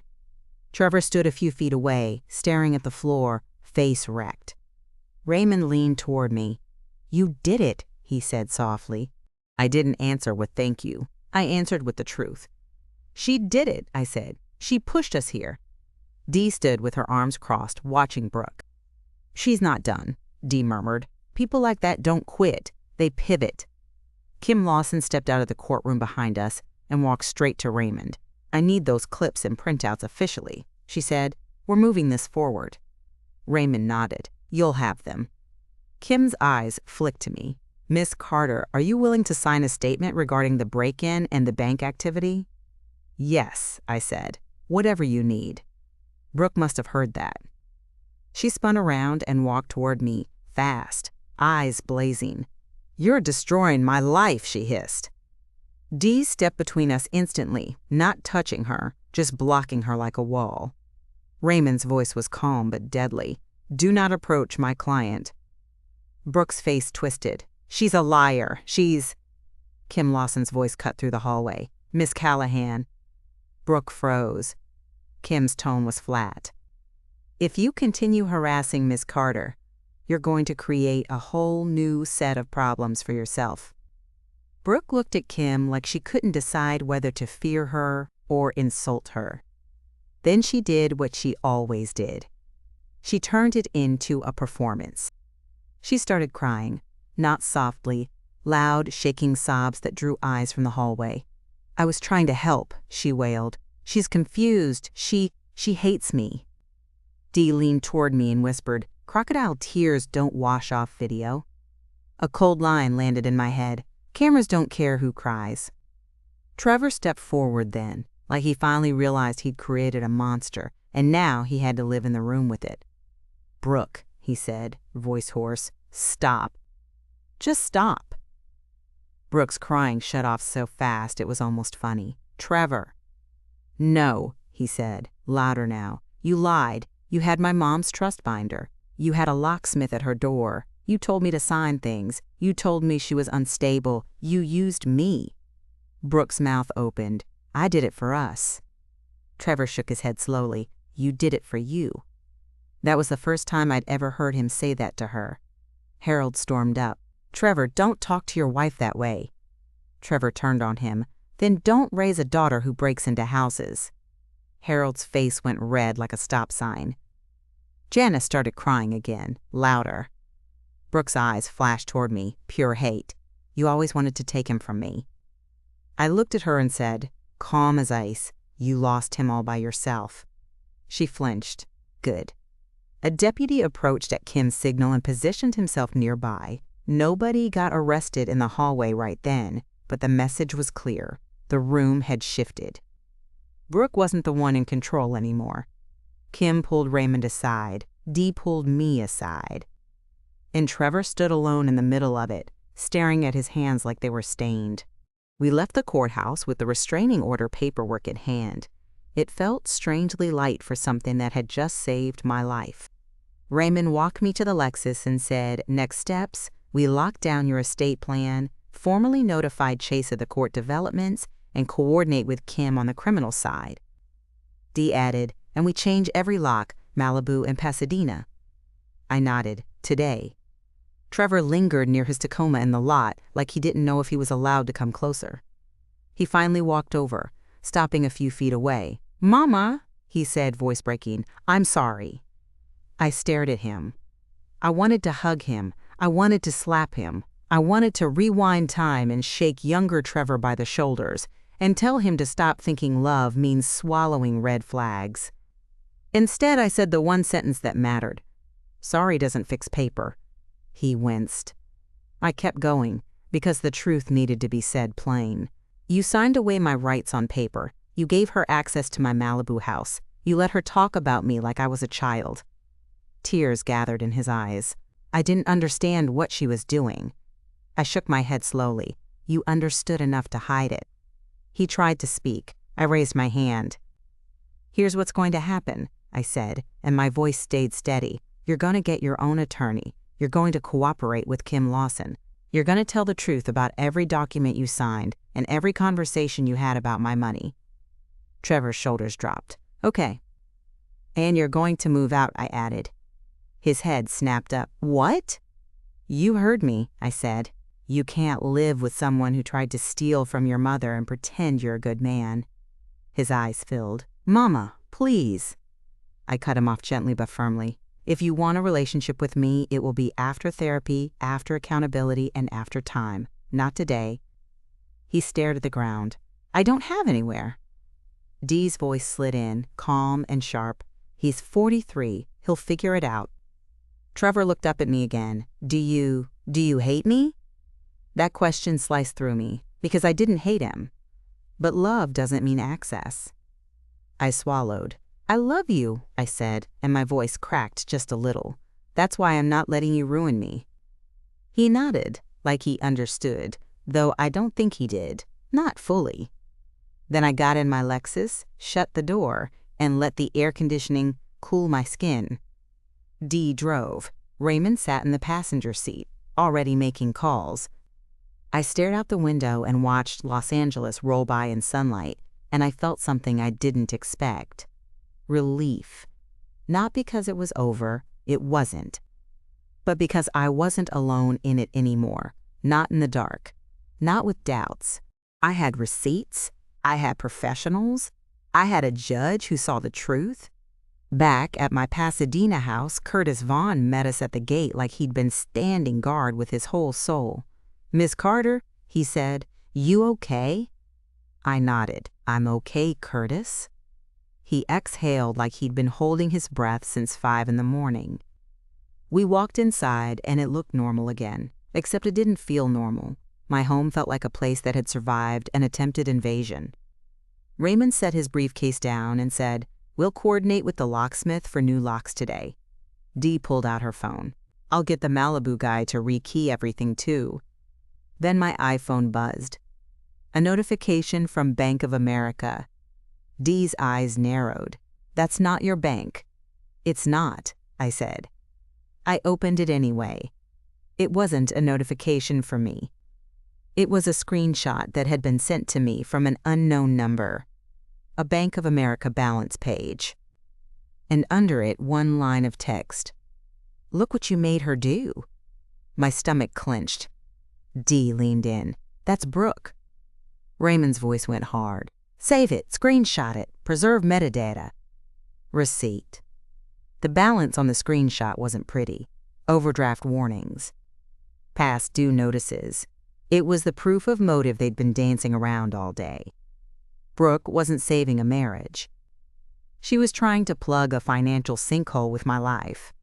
Kim Lawson texted right after that. "DA will be requesting device preservation for Brooke's phone. Also, locksmith is cooperating. Keep all footage backups." Dee nodded, thumbs flying. "Already done." Raymond looked at me. "Marlene, there's one more decision you should make while your mind is clear, and the court has just affirmed it." I knew what he meant before he said it. "The trust," I whispered. Raymond nodded. "You can revise beneficiaries. You can create safeguards. You can make sure no one can ever do this again." My throat tightened, but my voice stayed steady. "Do it." Dee watched me carefully. "You sure?" I thought about Trevor's signature. Brooke's smile, Harold's threats, Janice's performance, my Malibu lock turning.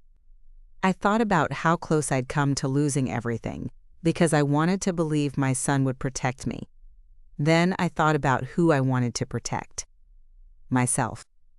My future. My dignity. "I'm sure," I said. Raymond sat at my kitchen table with his laptop, and my stamped copies laid out like a surgeon's tools.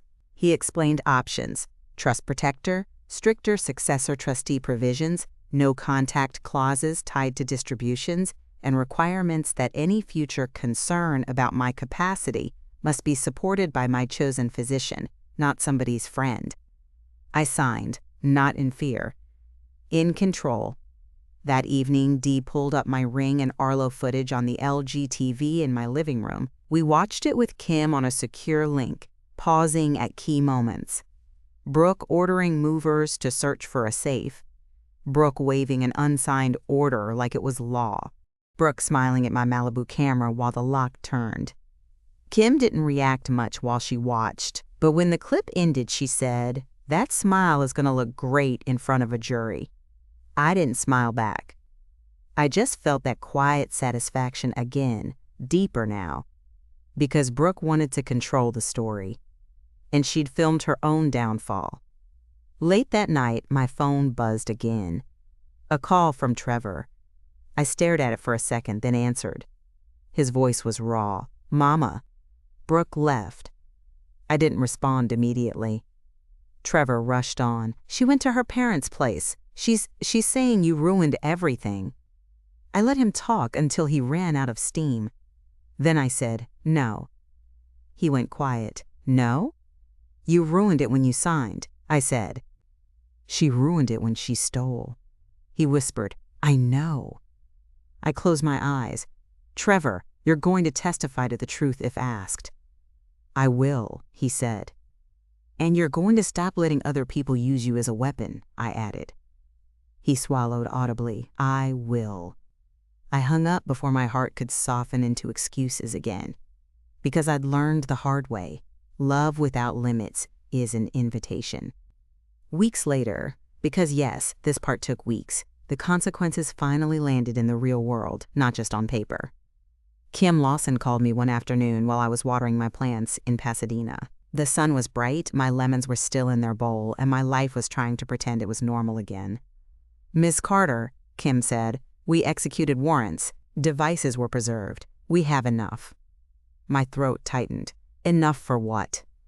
Kim's voice stayed steady. "Forgery-related charges are being pursued. Fraud investigation is moving. Brooke is lawyering up." I stared at my garden hose like it was suddenly heavy. "What about Harold and Janice?" Kim paused. "They're not looking great either." I let out a slow breath. Not joy. Relief. Because what Brooke did wasn't just mean, it was criminal. And criminals hate daylight. Later that night, Dee came over with takeout and that same calm energy she always had, like she'd been built to stand in other people's storms. She sat at my kitchen table, unwrapping utensils, and said, "You did good." I shook my head. "I did necessary."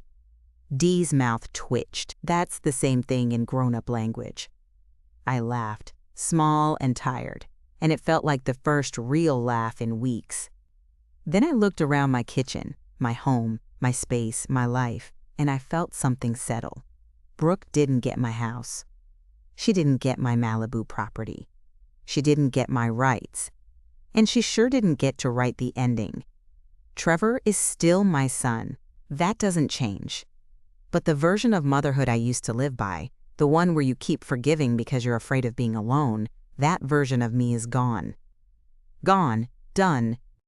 If you love karma stories where the receipts speak louder than the tears, stick around, because the truth always catches up.